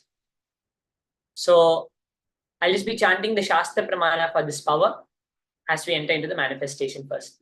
See, the Shastra Pramana is where Paramashiva has revealed the powerful cognition with which we should manifest this power. So the Shastra Pramana is a very important part. See, it's not just the power manifestation part we should come for, not just the completion part, not just the session part. The whole thing is very important. The whole is important for us to get it as our experience completely. Like now, when you are cooking, you cannot just do the first part and you can leave it and you expect the whole dish to be made. We have to do each part, follow the instructions properly, follow the ingredients. If we do not follow it, we might make a mess sometimes. But now we have to sit through the whole process has to be done completely for the dish to completely come, for the reality to completely manifest. So each part, the whole day is very important, not just coming for the darshan part, because if you just come for the darshan part, you're not going to get the complete product. We have to come completely for the whole day's program, because that is preparing us completely with the cognitions we have to hold. And then the darshan is the complete energy which is being infused to manifest that into reality. So it's very important we attend the whole day for us to be able to completely come out with the dish, completely come out with our reality as a new reality, as the complete reality. So now I request all the participants, let's now enter into the power manifestation. We're going to be seeing the Shastra Pramana for the power of the Ashtamahashaktis. The power of the Ashtamahashaktis Shastra Pramana we'll now be seeing is from the Shiva Samhita, chapter 5, verses 76 to 78. So I'll be chanting the Shastra Pramana now. Maranam khadyate tena sakena pina khadyate tasyasyat parama siddhir animadi guna prada vayus sanyacharate dehe rasavriddhir bhavet dhruvam akasha pankajagala Tiyushamapi vardhate. The Shastra Pramana, Bhagavan Paramashiva reveals, death is eaten by him. He is eaten by none. He manifests the highest powers such as Anima, Laghima, Mahima, etc. The Vayu, wind energy, moves equally throughout his body.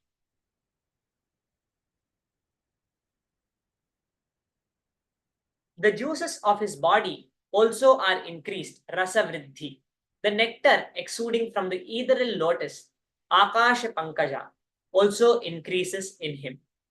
See, it's very important we understand the Shastra Pramana. Very beautifully Paramashiva is revealing how these powerful cognitions, the various powerful cognitions to manifest the power.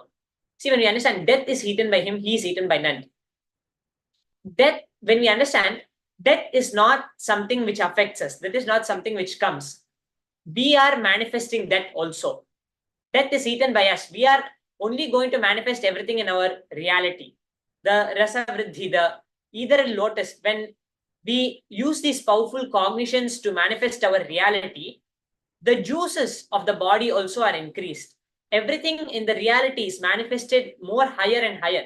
If you see this whole Shastra Pramana, what it's explaining, all the various powers which are manifested, it's manifested by us. It's not by any other thing which is to manifest or which is going to be manifested. But when we take that conscious decision, how we are going to manifest our reality, immediately the prana is equal. Automatically, everything is already manifested.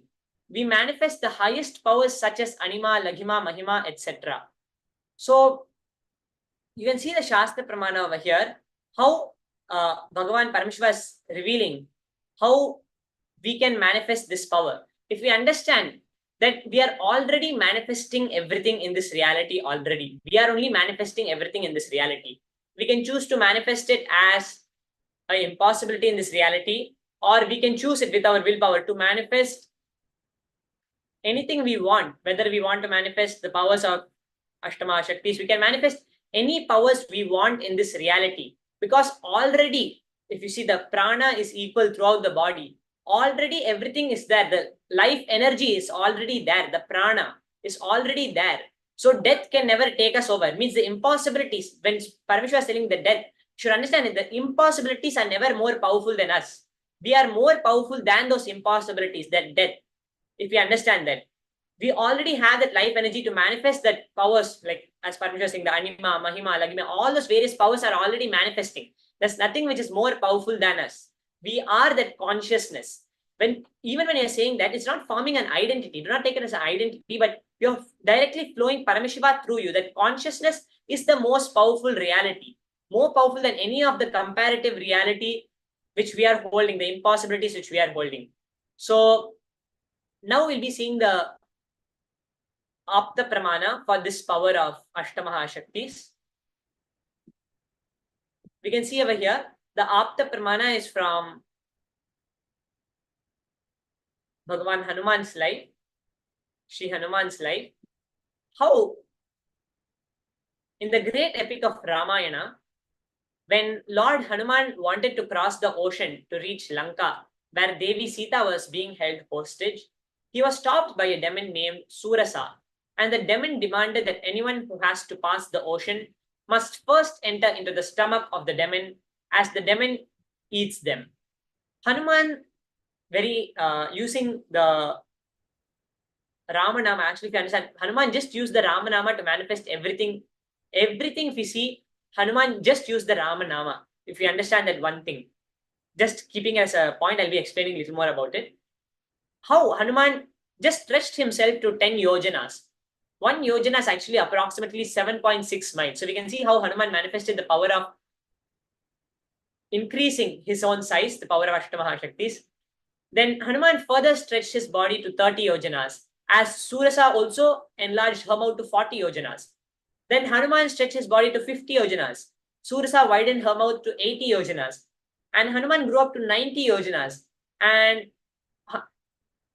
Surasa enlarged her mouth to 100 yojanas.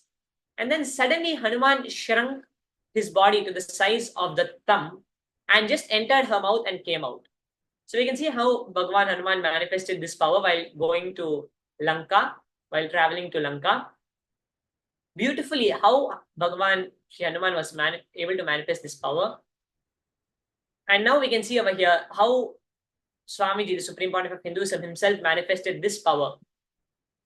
Manifesting this power of Anima.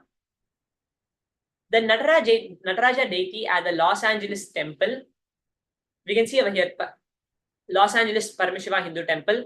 It's about 6 feet 10 inches tall. The door to the temple is 6 feet 8 inches.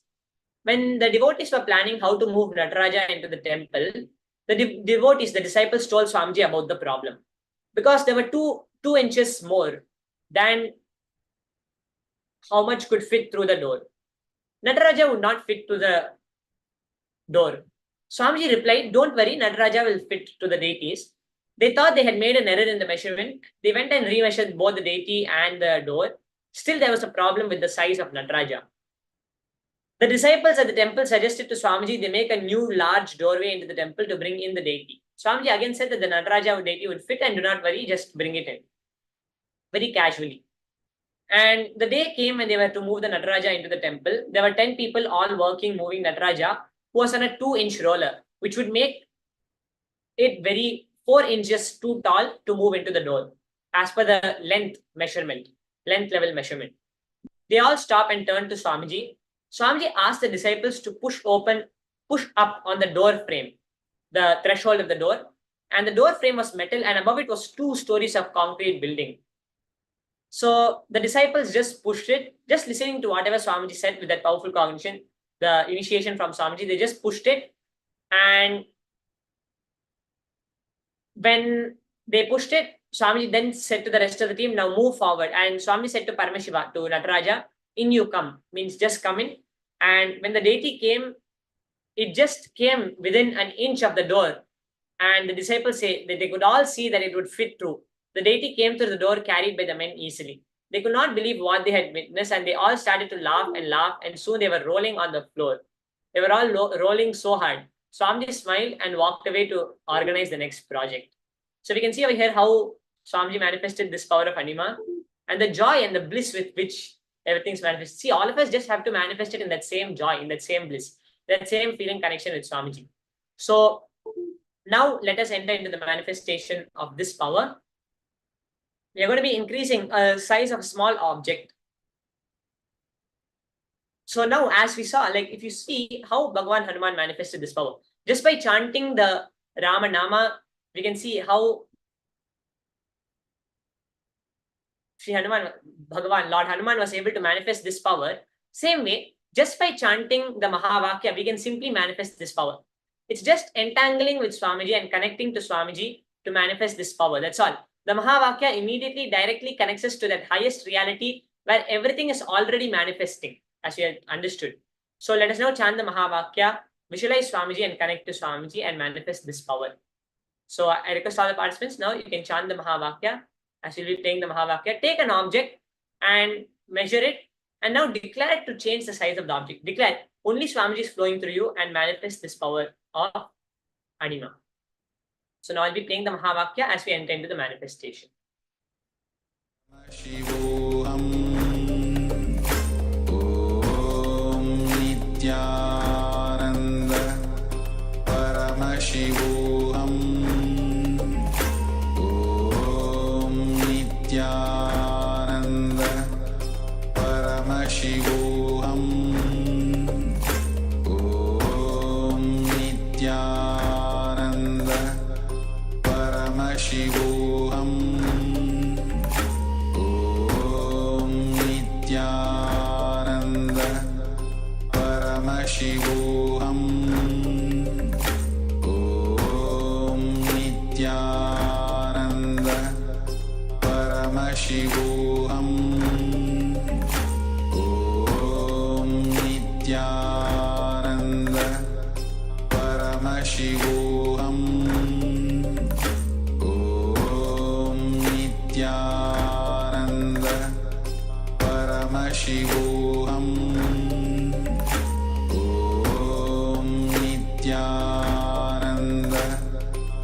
Paramashivoham Om Nithyananda Paramashivoham Om Nithyananda Paramashivoham Om Nithyananda Paramashivoham Om Nithyananda Paramashivoham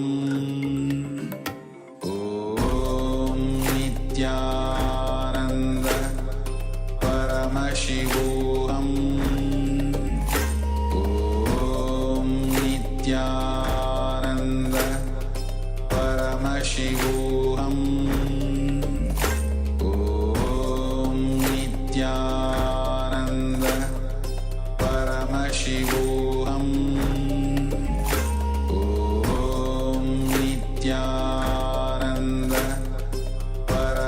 Paramashivoham Om Nithyananda Paramashivoham Om Nithyananda Paramashivoham Om Nithyananda Paramashivoham Om Nithyananda Paramashivoham Om Nithyananda Paramashivoham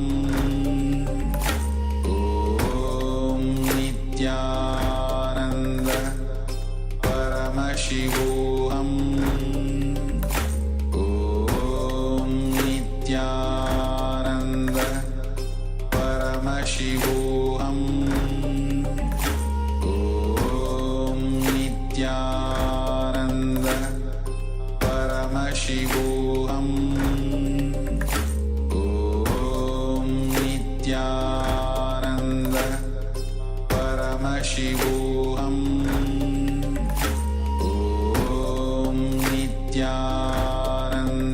Paramashivoham Om Nithyananda Paramashivoham Om Nithyananda Paramashivoham Om Nithyananda Paramashivoham Om Nithyananda Paramashivoham Om Nithyananda Paramashivoham. Yes. So now I request all the participants can slowly open your eyes now and see all the manifestation is happening. It's only Swamiji manifesting. See, we do the power manifestation for a very short time because the powerful cognition is the main part. Our logic, our mind is so confused, convinced about this delusion. Now we have to again and again reiterate, again and again, put the cognitions again and again inside for it to know that this is a possibility. That's why we are continuously holding its impossibility. We have to now bring it to possibility. Oh, maybe I might manifest. No, all of that is just in the comparative reality. Drop it over that and just hold that will. Only Swamiji is manifesting through me. It's more just connecting to Swamiji, going back to the source. From the source, it manifests. After it, you do not even need to hold the will to manifest something. Just connect to Swamiji. Swamiji will manifest the best reality in us. That's the best way. Even as holding a desire is going to create something which we have to manifest again. Just connect to Swamiji. Swamiji will manifest the best reality for all of us. That's all we have to do. We just have to connect to Swamiji and celebrate Swamiji's existence. Again and again, celebrate Paramashiva's existence. Not again and again running from the fear, greed, all the various other patterns. So now you can see anything which has manifested and you can post and share in the chat, or you can share it with in your social media platforms also. See, more and more we have to enrich. Then more and more we are again and again convincing ourselves, no, I can manifest. Swamiji is manifesting through me. Swamiji is manifesting through this body, through the system. Because again and again when you're posting that, again and again, what you say again and again manifests again and again. So again and again when you post all these manifestations which happen, it's not for someone else. We are not posting it for someone else. It's for our own selves. Even anyone who's getting enriched out of that is our own part which is getting enriched more and more. So I request all the participants, take some time, post whatever you have manifested and see the manifestations. Celebrate Paramashiva's existence. Celebrate whatever has manifested. In any way it has manifested, celebrate it. Even if it's in the most smallest way. Again, when you're saying the smallest way, you're again coming back to the comparative reality. Do not come back to that reality. Go to the higher reality. It has manifested. So celebrate what we are manifesting over here. Scientists are spending billions and trillions of dollars to manifest, just to manifest these small things. So it's really understand it's a blessing and offer the gratitude to Swamiji for whatever it has manifested by sharing, by enriching more people to come and manifest this. So now I request all the participants, let us now move on to the next session. You can post anything which is manifested and any click which you got, any powerful cognition which you got, you can post and see it has manifested So now with that, we are going to be moving on to the next session. I hope all the participants enjoyed and manifested during this session. Now let us move to the next session, where we are going to be understanding deeper about state versus status of a leader.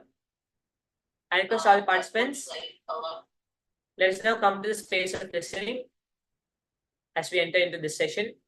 We're going to be learning very beautifully how Swamiji is explaining about this. First, we're going to be understanding about how Swamiji is explaining about, you see, now whatever we are doing, again and again, whatever we do, we are running through our engrams. The comparative reality which we are running continuously, we are again and again holding our engrams as the comparison. Everything which we do, if you see, we again and again bring it back to the past. More and more we are bringing our past, we are bringing our incompletions. Now, anything you take up in your reality, are you seeing anything new? You are again and again only anything which you see in your reality, even if it's new, if you see in our reality, it's from the past. Something I've experienced from the past, now I'm having a breakthrough from that. But if you see the power manifestation, all of that is a complete breakthrough. How we have to take a breakthrough, not again and again running from the past, not again and again seeing the past continuously. Swami is explaining very beautifully about the organs which you bring in first. First, you receive information with your organs, all the various 5 senses which you're using. Then it goes to the chakshu, where everything is converted into a biosignal. And then from the chakshu, it goes to the chakshu, Swami says, is the digital signal processor. And then it goes to the next part, where over there, everything is eliminated. This is not this, this is not that, this is not this, this is not that. The next part. And then in the next part, the mind comes and tells, okay, this is it. The identification process begins. This is it, this is it. And then from the ego is where all the engrams and incompletions are held. But if the information goes over there, the information is conducted into whatever we are seeing. It says, okay, no, what can I get out of this situation? How is this situation related to me? Is this what I want to manifest? You say, okay, this is an impossibility, this is a possibility. All of it is based on the past. The past is the ego. All of that is the past. We have to understand, see here, the more and more we are holding that, it's not just from outside it's coming in, it is us projecting that. When we understand that, from our ego, again and again, we are projecting our reality from the ego. So that is what we are again and again manifesting. Now, when we understand, no, I have to break the gear, not again and again running from the ego, then all the stress, the impossibility, all the tiredness, boredom, all of that will simply break in our lives. That is when we start to express the state of a leader, not just the status of a leader, which is pulling everything outside, creating that stress, boredom, tiredness, engrams. Anytime we try to get the status of the leader, we're again and again going to the matter, back to the matter, where you're again and again trying to get something out of the matter. The more and more you get out of matter, matter's qualities, if you're just running behind the matter, then those qualities are going to be stress, boredom, tiredness, engrams. But how can I move to the next level? Swami is explaining over here. So let us now listen sincerely to what Swami is explaining and see how we can implement this cognition in our lives.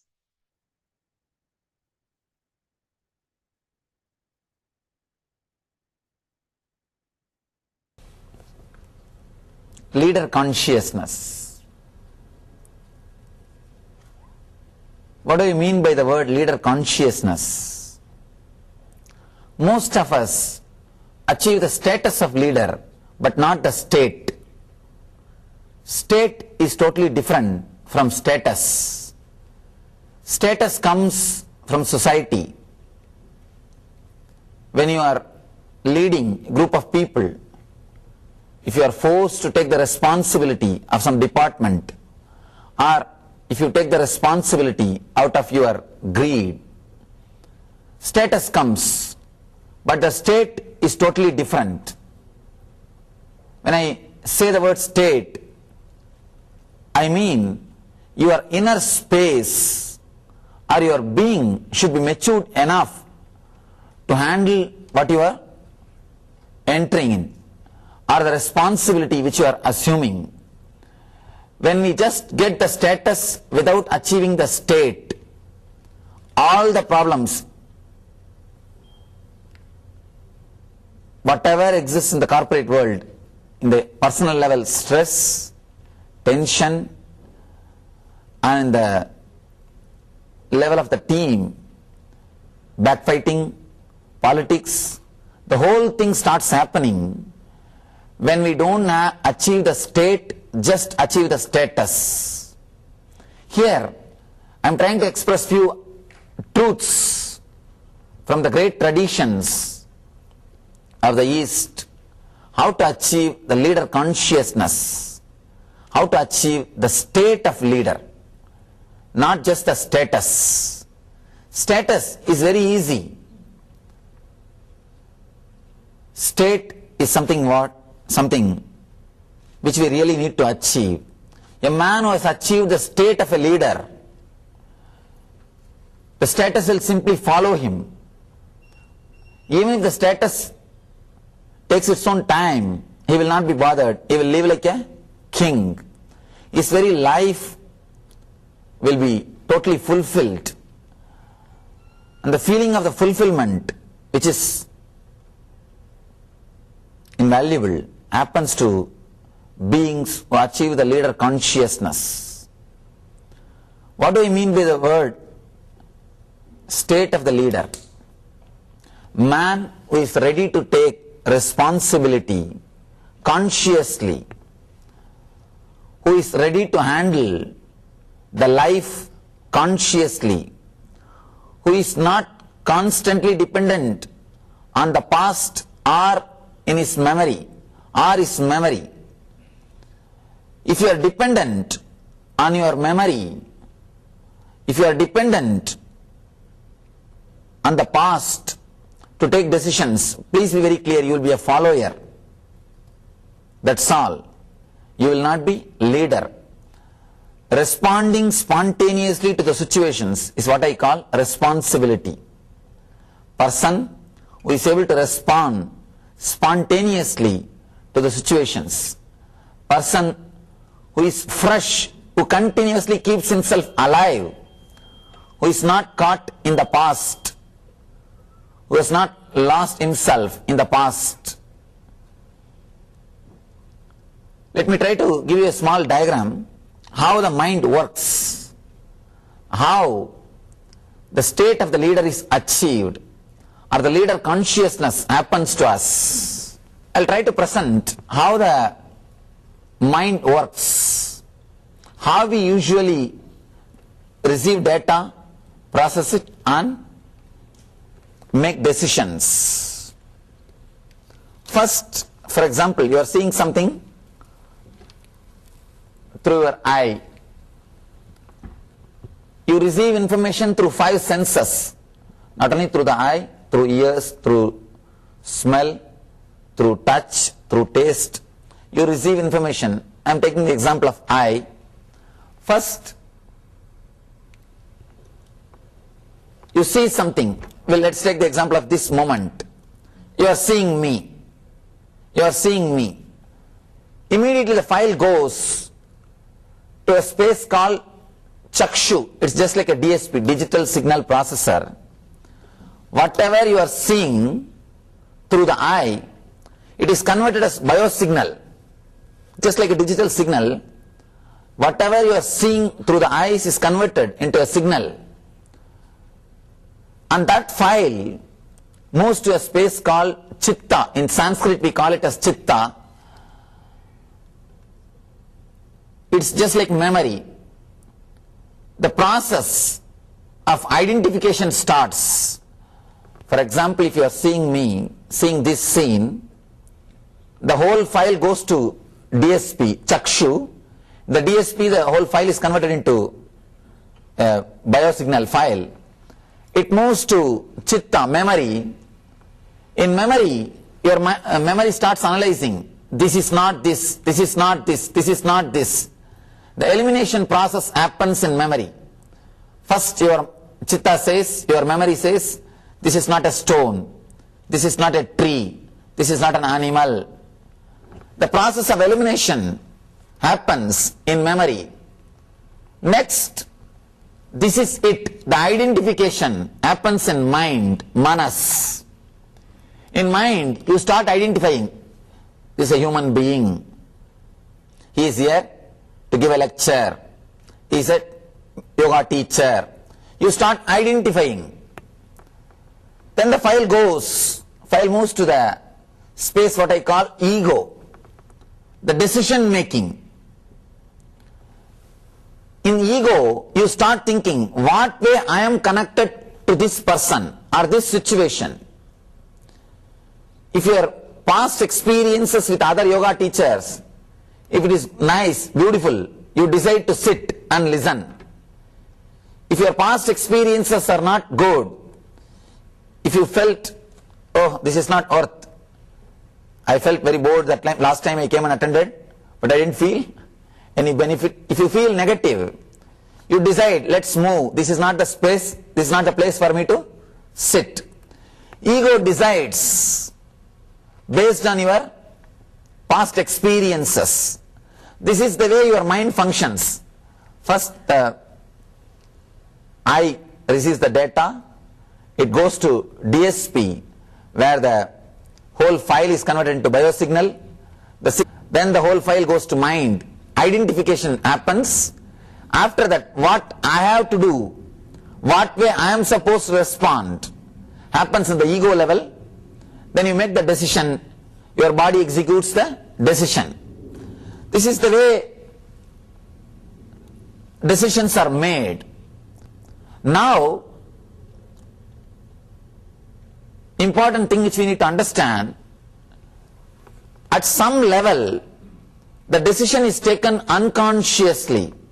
If the process happens like this in a straightforward way, you will not have any problem. Things will go really smooth in your life. Everything will be clear, straight. But always this process doesn't happen in this straightforward way. Sometimes things starts happening in an unconscious way. For example, if you are hurt or disturbed by somebody who was wearing blue dress, blue color cloth, the moment you see me, unconsciously that memory will be awakened. You can see in your life. If you are hurt or disturbed in a particular place, or a person who is wearing particular colored dress, next time when you come to that place, even if that person is not there, or next time when you see a person who is wearing that same color cloth, even if you know logically or consciously this person or this place is nothing to do with my past experience, you will undergo the same old low mood. You will have that same memory again in your mind. You will again have the same experience. This is what I call samskara, means engraved memory. Here, in this space, we have all these engraved memories, samskaras. These engraved memories distort or disturb your decision-making capacity.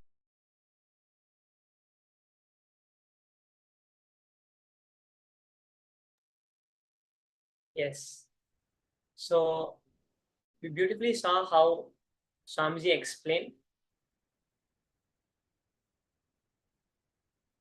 about this, how we are continuously manifesting our reality.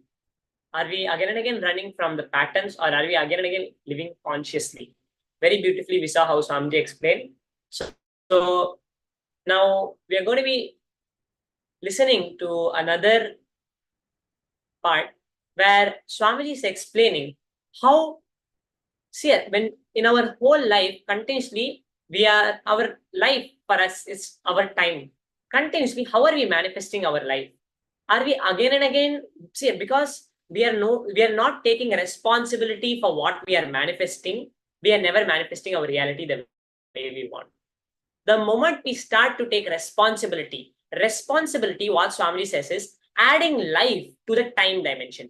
Not letting the time dimension continuously run on its own, just being bored and doing your work normally, but adding life, adding the space, the consciousness to that time dimension.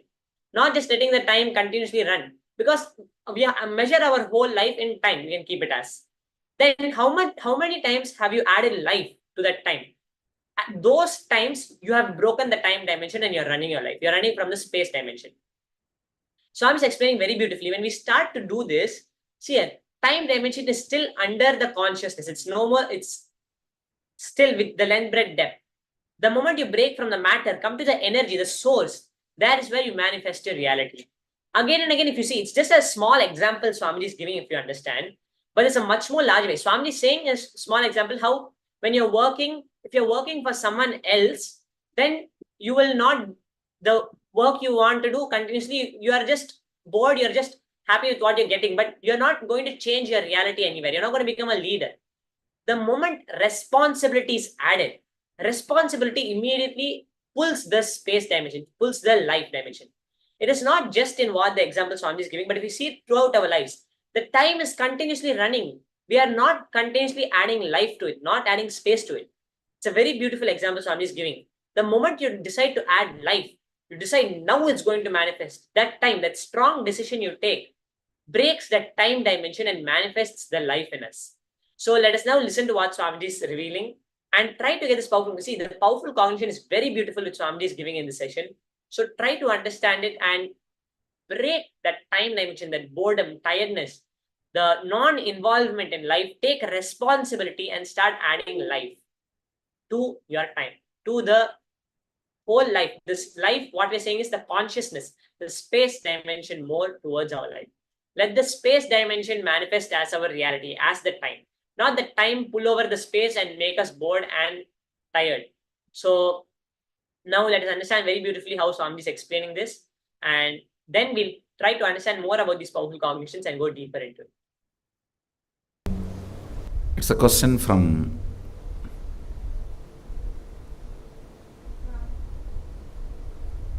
Bratislava, Veronica Sibalikova. The question is, I still live on same situation. I create product and different people have profit, but not me. Where is the problem? Listen. Basic problem is you do not have confidence on you to be your own boss. I tell you, only fools work for others. Either you spend your time, life, energy to fulfill your dreams, or somebody else will hire you to fulfill theirs. Understand the basic truth about life. You may be giving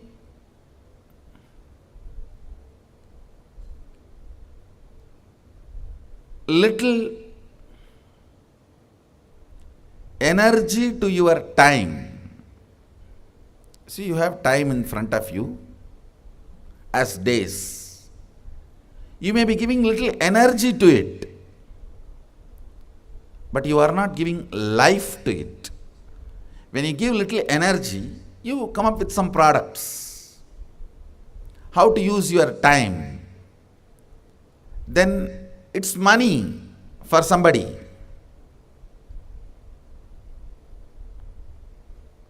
Understand?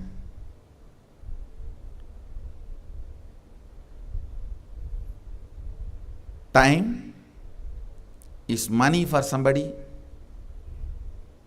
Time for your boss, your time is money. For your spouse, your time is attention. For your boyfriend or girlfriend, your time is love. But actually, your time is life for you. Understand? Your time is life for you. You may be giving little energy to your time, but not life to your time. That is where this whole problem is, I tell you. Even if you think you will be a worst failure, be your own boss.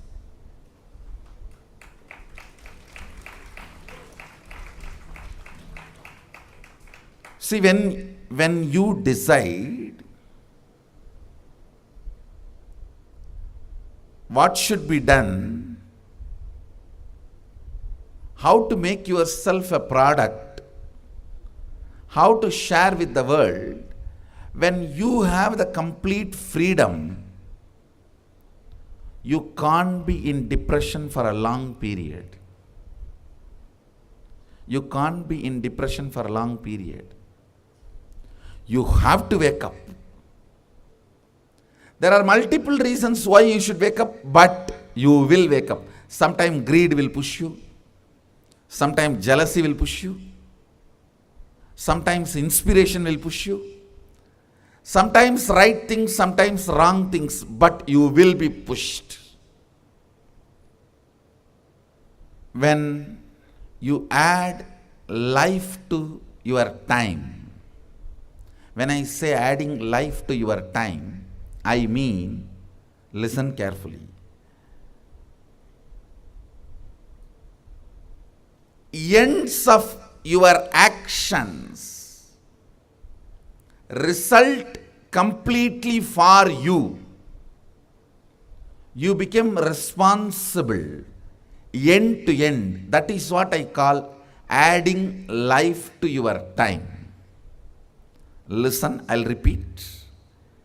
Ends of your action, effects, side effects, everything affects you directly, completely. Naturally, this situation will make you responsible.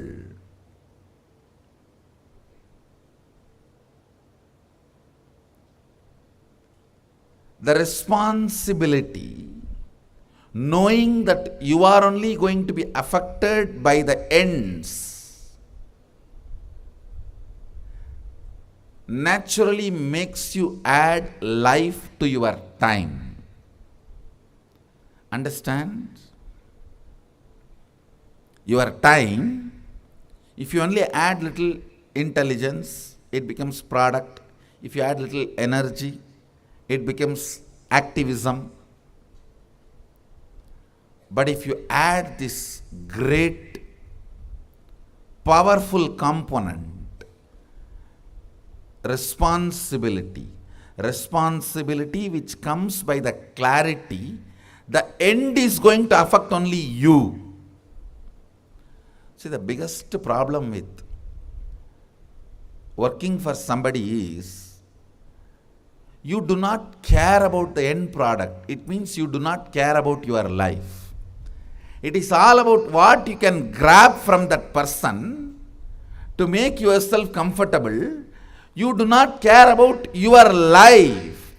Your actions, your thought currents, are they aligned? Are they useful for you and the society? You do not care about that. You do a project for 10 years and the whole project collapses, you don't care. The salary you received and the life you made for yourself all matters. If you are working for somebody, I tell you, that is where all the worst corruption, wrong mental setup starts.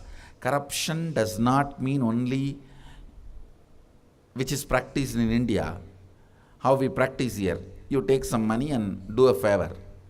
That alone is not corruption. You not being bothered about what you are putting your life into.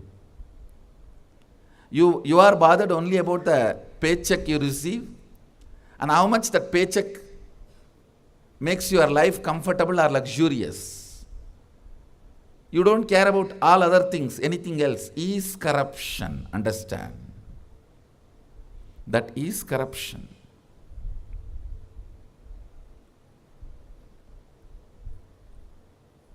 I should say, not only the person who asked this question, many of you are in this situation. I create product and different people have profit, but not me. How many of you feel you have this problem? All of you do not take responsibility for your actions end to end. You are afraid of the statement, the end will affect only you. Right or wrong, good or bad, only you are going to stand to face it. You are afraid of that. You want somebody to face for you. When somebody has to be faced for you, naturally the benefits will go to them. It will go to them. So understand, it boils down to taking responsibility. I tell you, failing few times is perfectly all right. Then being under somebody and be a failure for whole life. When I say be your own boss, I mean your whole day should be decided by you. To whom you should serve, to whom you are going to share yourself, with whom you share your energy, with whom you share your products, with whom you share your love, with whom ultimately you share your life. All this should be your freedom. Understand when I say be your own boss? Multiple levels I am talking. You try to understand only work level. Work level is only one level. With whom you share your time. Your boss. That should be your freedom. With whom you share your products, your clients, customers, should be your freedom. I tell you.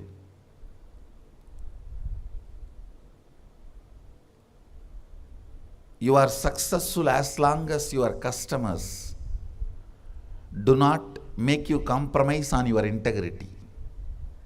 Once you compromise on your integrity, they will be the first failures. Understand? Not you, they will be the first failures. Like pharmaceutical industries. The customers have made the company to compromise on integrity. Who suffers? Customers. Whenever your integrity is compromised for customers, clients, who receives your service or products, they will be the first persons to be affected. Listen to these few things. Same way, with whom you share your love, your life partner. When you are in the mood of demanding love, it's only going to be a constant bondage and torture. When you are your own boss, you know how to share it, how to share the love. Like Sadashiva, he may swallow the whole poison, but he will share the nectar. Understand? All the stress of the things going around you, all the stress of the things happening around you is the poison. The churning of the Milky Ocean, if you know the story, you can understand. The churning of the Milky Ocean is nothing but happenings around you. Sometimes the stress poison comes out of it. Incompletions comes out of it. Difficulties comes out of it. Problems comes out of it. Inevitably, there are some things you can never avoid in your life. The mother-in-law, daughter-in-law problem of India. Indian mother-in-law, daughter-in-law problem. Now, please understand, I am very serious. Even if the mother-in-law is dead, you can't avoid the problem. My grandmother is dead, my mother is still afraid of her. No, really. From my own experience, I am telling you. And I have to remind her once, she is dead years ago. Why don't you forget her? She will shiver, my mother will shiver, even if the mention of my grandmother's name. I said, don't you understand? She is dead. No, there are many problems you can't avoid just by the very nature of the happenings around you. A man who is capable of swallowing all the poisons and continue to share the nectar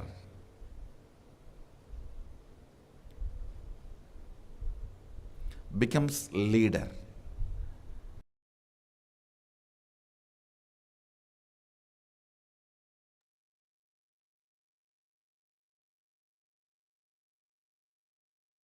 Yes. So you saw beautifully how Swamiji explained. Continuously, when we are running from all the patterns, when we are not taking responsibility, that is when we do not manifest and be a leader. The moment we decide to take responsibility, decide to function, see, even functioning with others, organizing others as your own self, when you start doing that, then you take responsibility. The moment you decide to tell, oh, someone else is doing it, someone else is that, then you stop taking responsibility. So being a leader, when you're taking care of other people, doing all of that, when you have that space of oneness, you're able to connect to that person and be able to make a transformation for the other person. When you're in that space of oneness with that other person, that time, what you're speaking to yourself, how the way you speak to yourself will speak to the other person. The way you love yourself, you love the other person. That is what is being a leader. You see, Swamiji, when Swamiji smells how much love we feel in ourselves, then we feel so loved. That's why it's because the way in that space of oneness, there's no individuality. You're no more holding in that past engrams, all of them, which is creating our identity. But you cognizing the way I exist, the other person. The way I relate with myself, I'm relating with the other person. It's a very beautiful way how Swamiji explained this. And now we're going to be entering into a short exercise, understanding how we can use these cognitions in our lives. So, few moments now. As we understood, everyone is a leader now. So, list down areas of our lives where we are already expressing leadership and we can improve our leadership skills, and list down areas in our lives where we feel we want to start expressing leadership and decide to take up the responsibility now. So, few minutes to do this and then we'll move on to the next step. So, I request all the participants, take your pen and paper, engage, start doing the exercise. Use the cognition that Swamiji gave and break all those unnecessary patterns which are continuously running our lives, which is like literally like parasites in us. Like how a parasite will come on a tree and kill that tree. The same way, like that's how all our patterns are running on us. We are so unconscious about them. Now let us list them down and break them completely. Where we want to express that leadership, what is stopping us from expressing it? Break all of that, do the completion, and use the cognition Swamiji is giving us. So now I request all the participants, take your pen and paper and let us write down and complete all of those cognitions. I'll now be playing and you can start the exercise.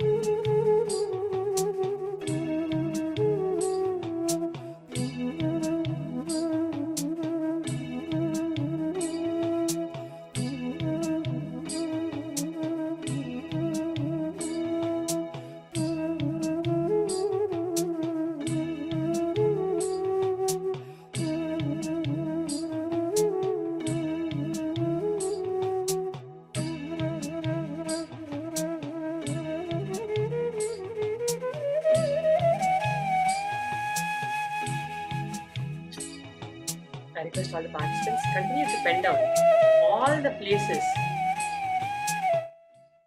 wherever we see that we are expressing that leadership quality. See, anything which when we're saying leadership, anything which you are holding as an intention is manifesting. Now, what are we doing over there? Right? Do that. See, over there, it might be because something we wanted, really wanted. Now, we are sitting for power manifestation. We have to bring that same intensity. Like when you really want something, how you'll bring that intensity? That same intensity has to be there when we want to manifest anything in our lives. Anything we really want will really manifest because we are holding that intention. More and more, when you're holding that same intensity to manifest Paramashiva in us, then we manifest that ultimate possibility. And from there, anything can manifest very easily. Holding Paramashiva, holding that same space and that same intensity, like how when you want something really badly, how you will hold that intensity, holding that same intensity. Let us see now. Do that same thing in everything else you want to manifest. So now, please continue to pen down and continue to really look inside and use the powerful cognition Swamiji gave to manifest anything else we want and ultimately Paramashiva in our lives. So take some more time and pen down, and then after that we move to the next step.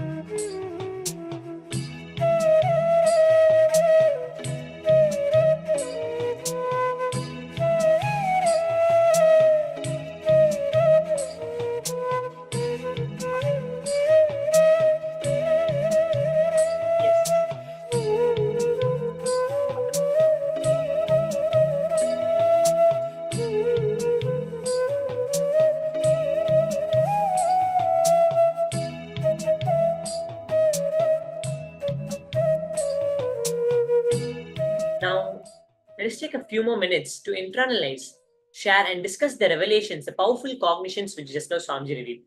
How are we going to use those powerful cognitions now to break down where we want to manifest our reality?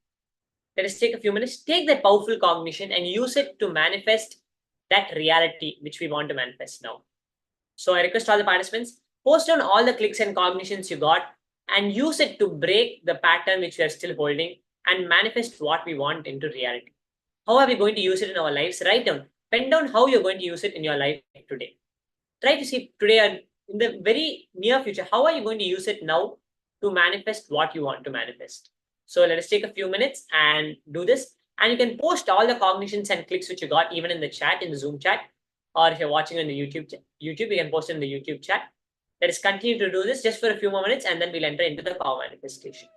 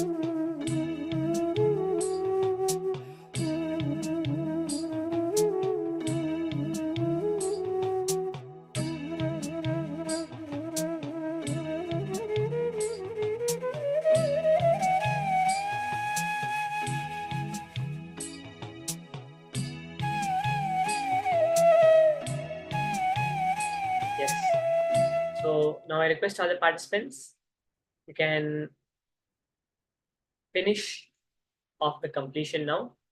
Now we are going to be going into the power manifestation, into the next part of the power manifestation of the Ashtamahashaktis. Let us come to space of listening now. You can put your pen and papers down. Swami says right after completion, it's the best time to do the power manifestation. So let us all now enter into the power manifestation. As part of this round, last round we did the decreasing the size of an object. Now we're going to be doing increasing the size of an object on our palms. So I'll just be chanting the Shastra Pramana again, so that we can again see again and again when we hold that cognition. Again and again we have to hold that cognition. When we go to school, how many times we are taught the same thing again and again to again and again manifest it, right? We are taught, okay, 1 + 1 = 2. So many times we are taught again and again till we are able to make it as a formula. So again and again we have to learn these powerful cognitions, use these powerful cognitions, and again and again see the powerful cognitions to be able to manifest the power completely. So now let us enter into the Shastra Pramana first.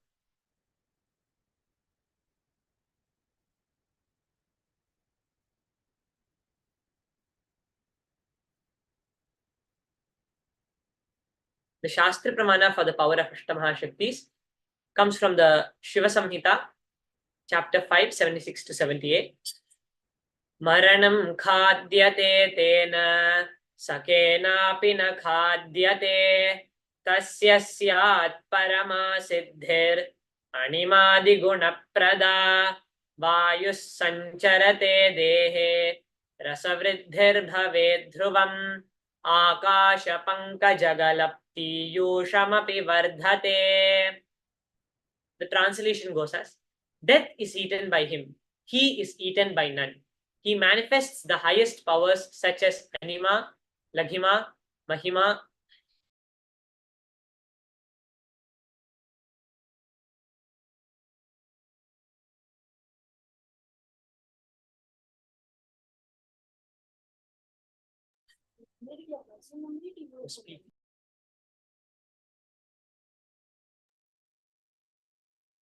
Death is eaten by him, he is eaten by none. He manifests the highest powers such as Anima, Laghima, Mahima, etc. The Vayu, wind energy, moves equally throughout his body. The juices of his body also are increased, Rasavriddhi. The nectar exuding from the ethereal lotus, Akasha Pankaja, also increases in him. So we can see over here how Paramashiva is revealing the Shastra Pramana for this power. If we understand, see, he is eaten by none. There's nothing else which is higher than us. All the matter which we are seeing is not more powerful than us, because we are people manifesting. Anything which we are manifesting cannot be higher than us. Swami says very beautifully. Anything which we are manifesting is not more powerful than us. All the greed, the fear, all those various engrams, as Swamiji was explaining, all those various engrams which we are continuously running from are not more powerful than us. They cannot run more than us. They're all just the delusion which we are seeing continuously, which we are continuously running from. When we just decide to unclutch completely from all of that, when we decide to unclutch, at that time, we are not engaging in this reality. Then we can simply play with this reality the way we want, manifesting all of these powers. So now let us enter into the power manifestation. Let's use this powerful cognition, completely unclutching from all that engrams which we are conscious, all the patterns which we are having, as we just noted the completion, unclutch completely from all of them. And now let us enter into the power manifestation. Take an object now in your hand. Keep an object. You can keep it right in front of you. And let us increase the size of that object. Just by chanting the Mahavakya, the power of the sound is very powerful. The moment we chant the Mahavakya, immediately we'll be raised to that same frequency, because the Mahavakya has the independent intelligence to raise us to that same frequency which Swamiji is vibrating at. So just visualizing Swamiji, the moment you visualize Swamiji, you're entangling with Swamiji. And the power which Swamiji has, that willpower which Swamiji is holding, that same thing can simply flow through us and manifest. We'll start manifesting that as our reality.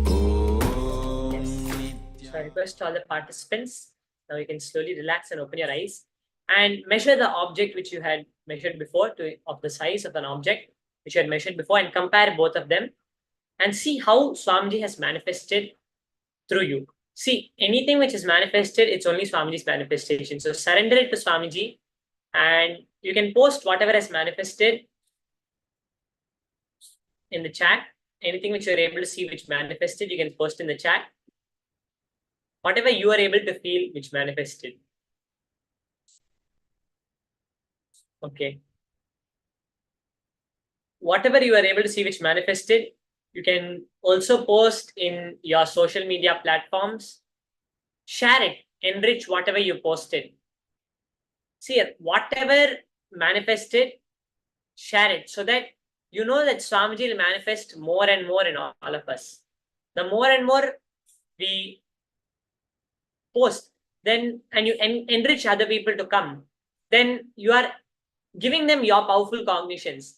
Each person is one part of you, especially your near and dear ones or anyone who's your friends, all of them who you relate to. If you enrich them, you'll start to see all the doubts which arise in them. If you complete them, if you're able to answer them, then you'll start to see the cognitions which we are getting in this class, in these sessions. All of them will immediately start to enter into your system and become your cognitions, and you start functioning from these cognitions. So I request all the participants, you can take some time, post in the social media platforms or in WhatsApp. You can message anyone who you know, or in any other platforms you're using. Post anything which manifested. Also, just enrich with the experience. Even if you felt a strong experience of Paramashiva, you have started manifesting. So you can post and share that also. So I request all the participants, take some time and share whatever manifested.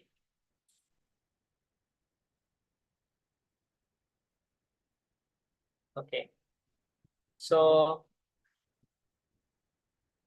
I also request all the other participants, please be in front of the camera and be seated in front of the camera as we are going to be continuing with the rest of the sessions, and engage and participate as we move on to the rest of the sessions, so that we know that we are participating and we are going to start manifesting our reality the way we want. Because only when we engage and participate, see, if you're just watching a game from a stadium, then that's you may not be able to do anything, change anything about the game. But when you participate, when you engage and start running and playing that game, you start participating, you'll be able to see how you can simply play it. And you can change it the way you want to. So let us participate and engage throughout as we move on to the next sessions. And I thank all the participants for participating and joining for this session. Now we are going to be moving on to the next session. We're going to be moving on to the next session, which we're going to be entering into now, where we're going to go deeper into the various truths about leadership consciousness and how we can manifest leadership in our lives over everything. So I request all the participants, please stay tuned as we move on, connected by the next Acharya to the next session. We'll now be concluding this session with the Purna Mantra. Om Purnamadav Purnamidam Purnat Purnamudachyate Purnasya Purnamadaya Purnameva Vashishyate. Om Shanti Shanti Shanti. Hari Om Tatsat. Sarvam Bhagavat Shri Nithyananda Paramashiva Padukarpanamastu. Om Nithyanandam.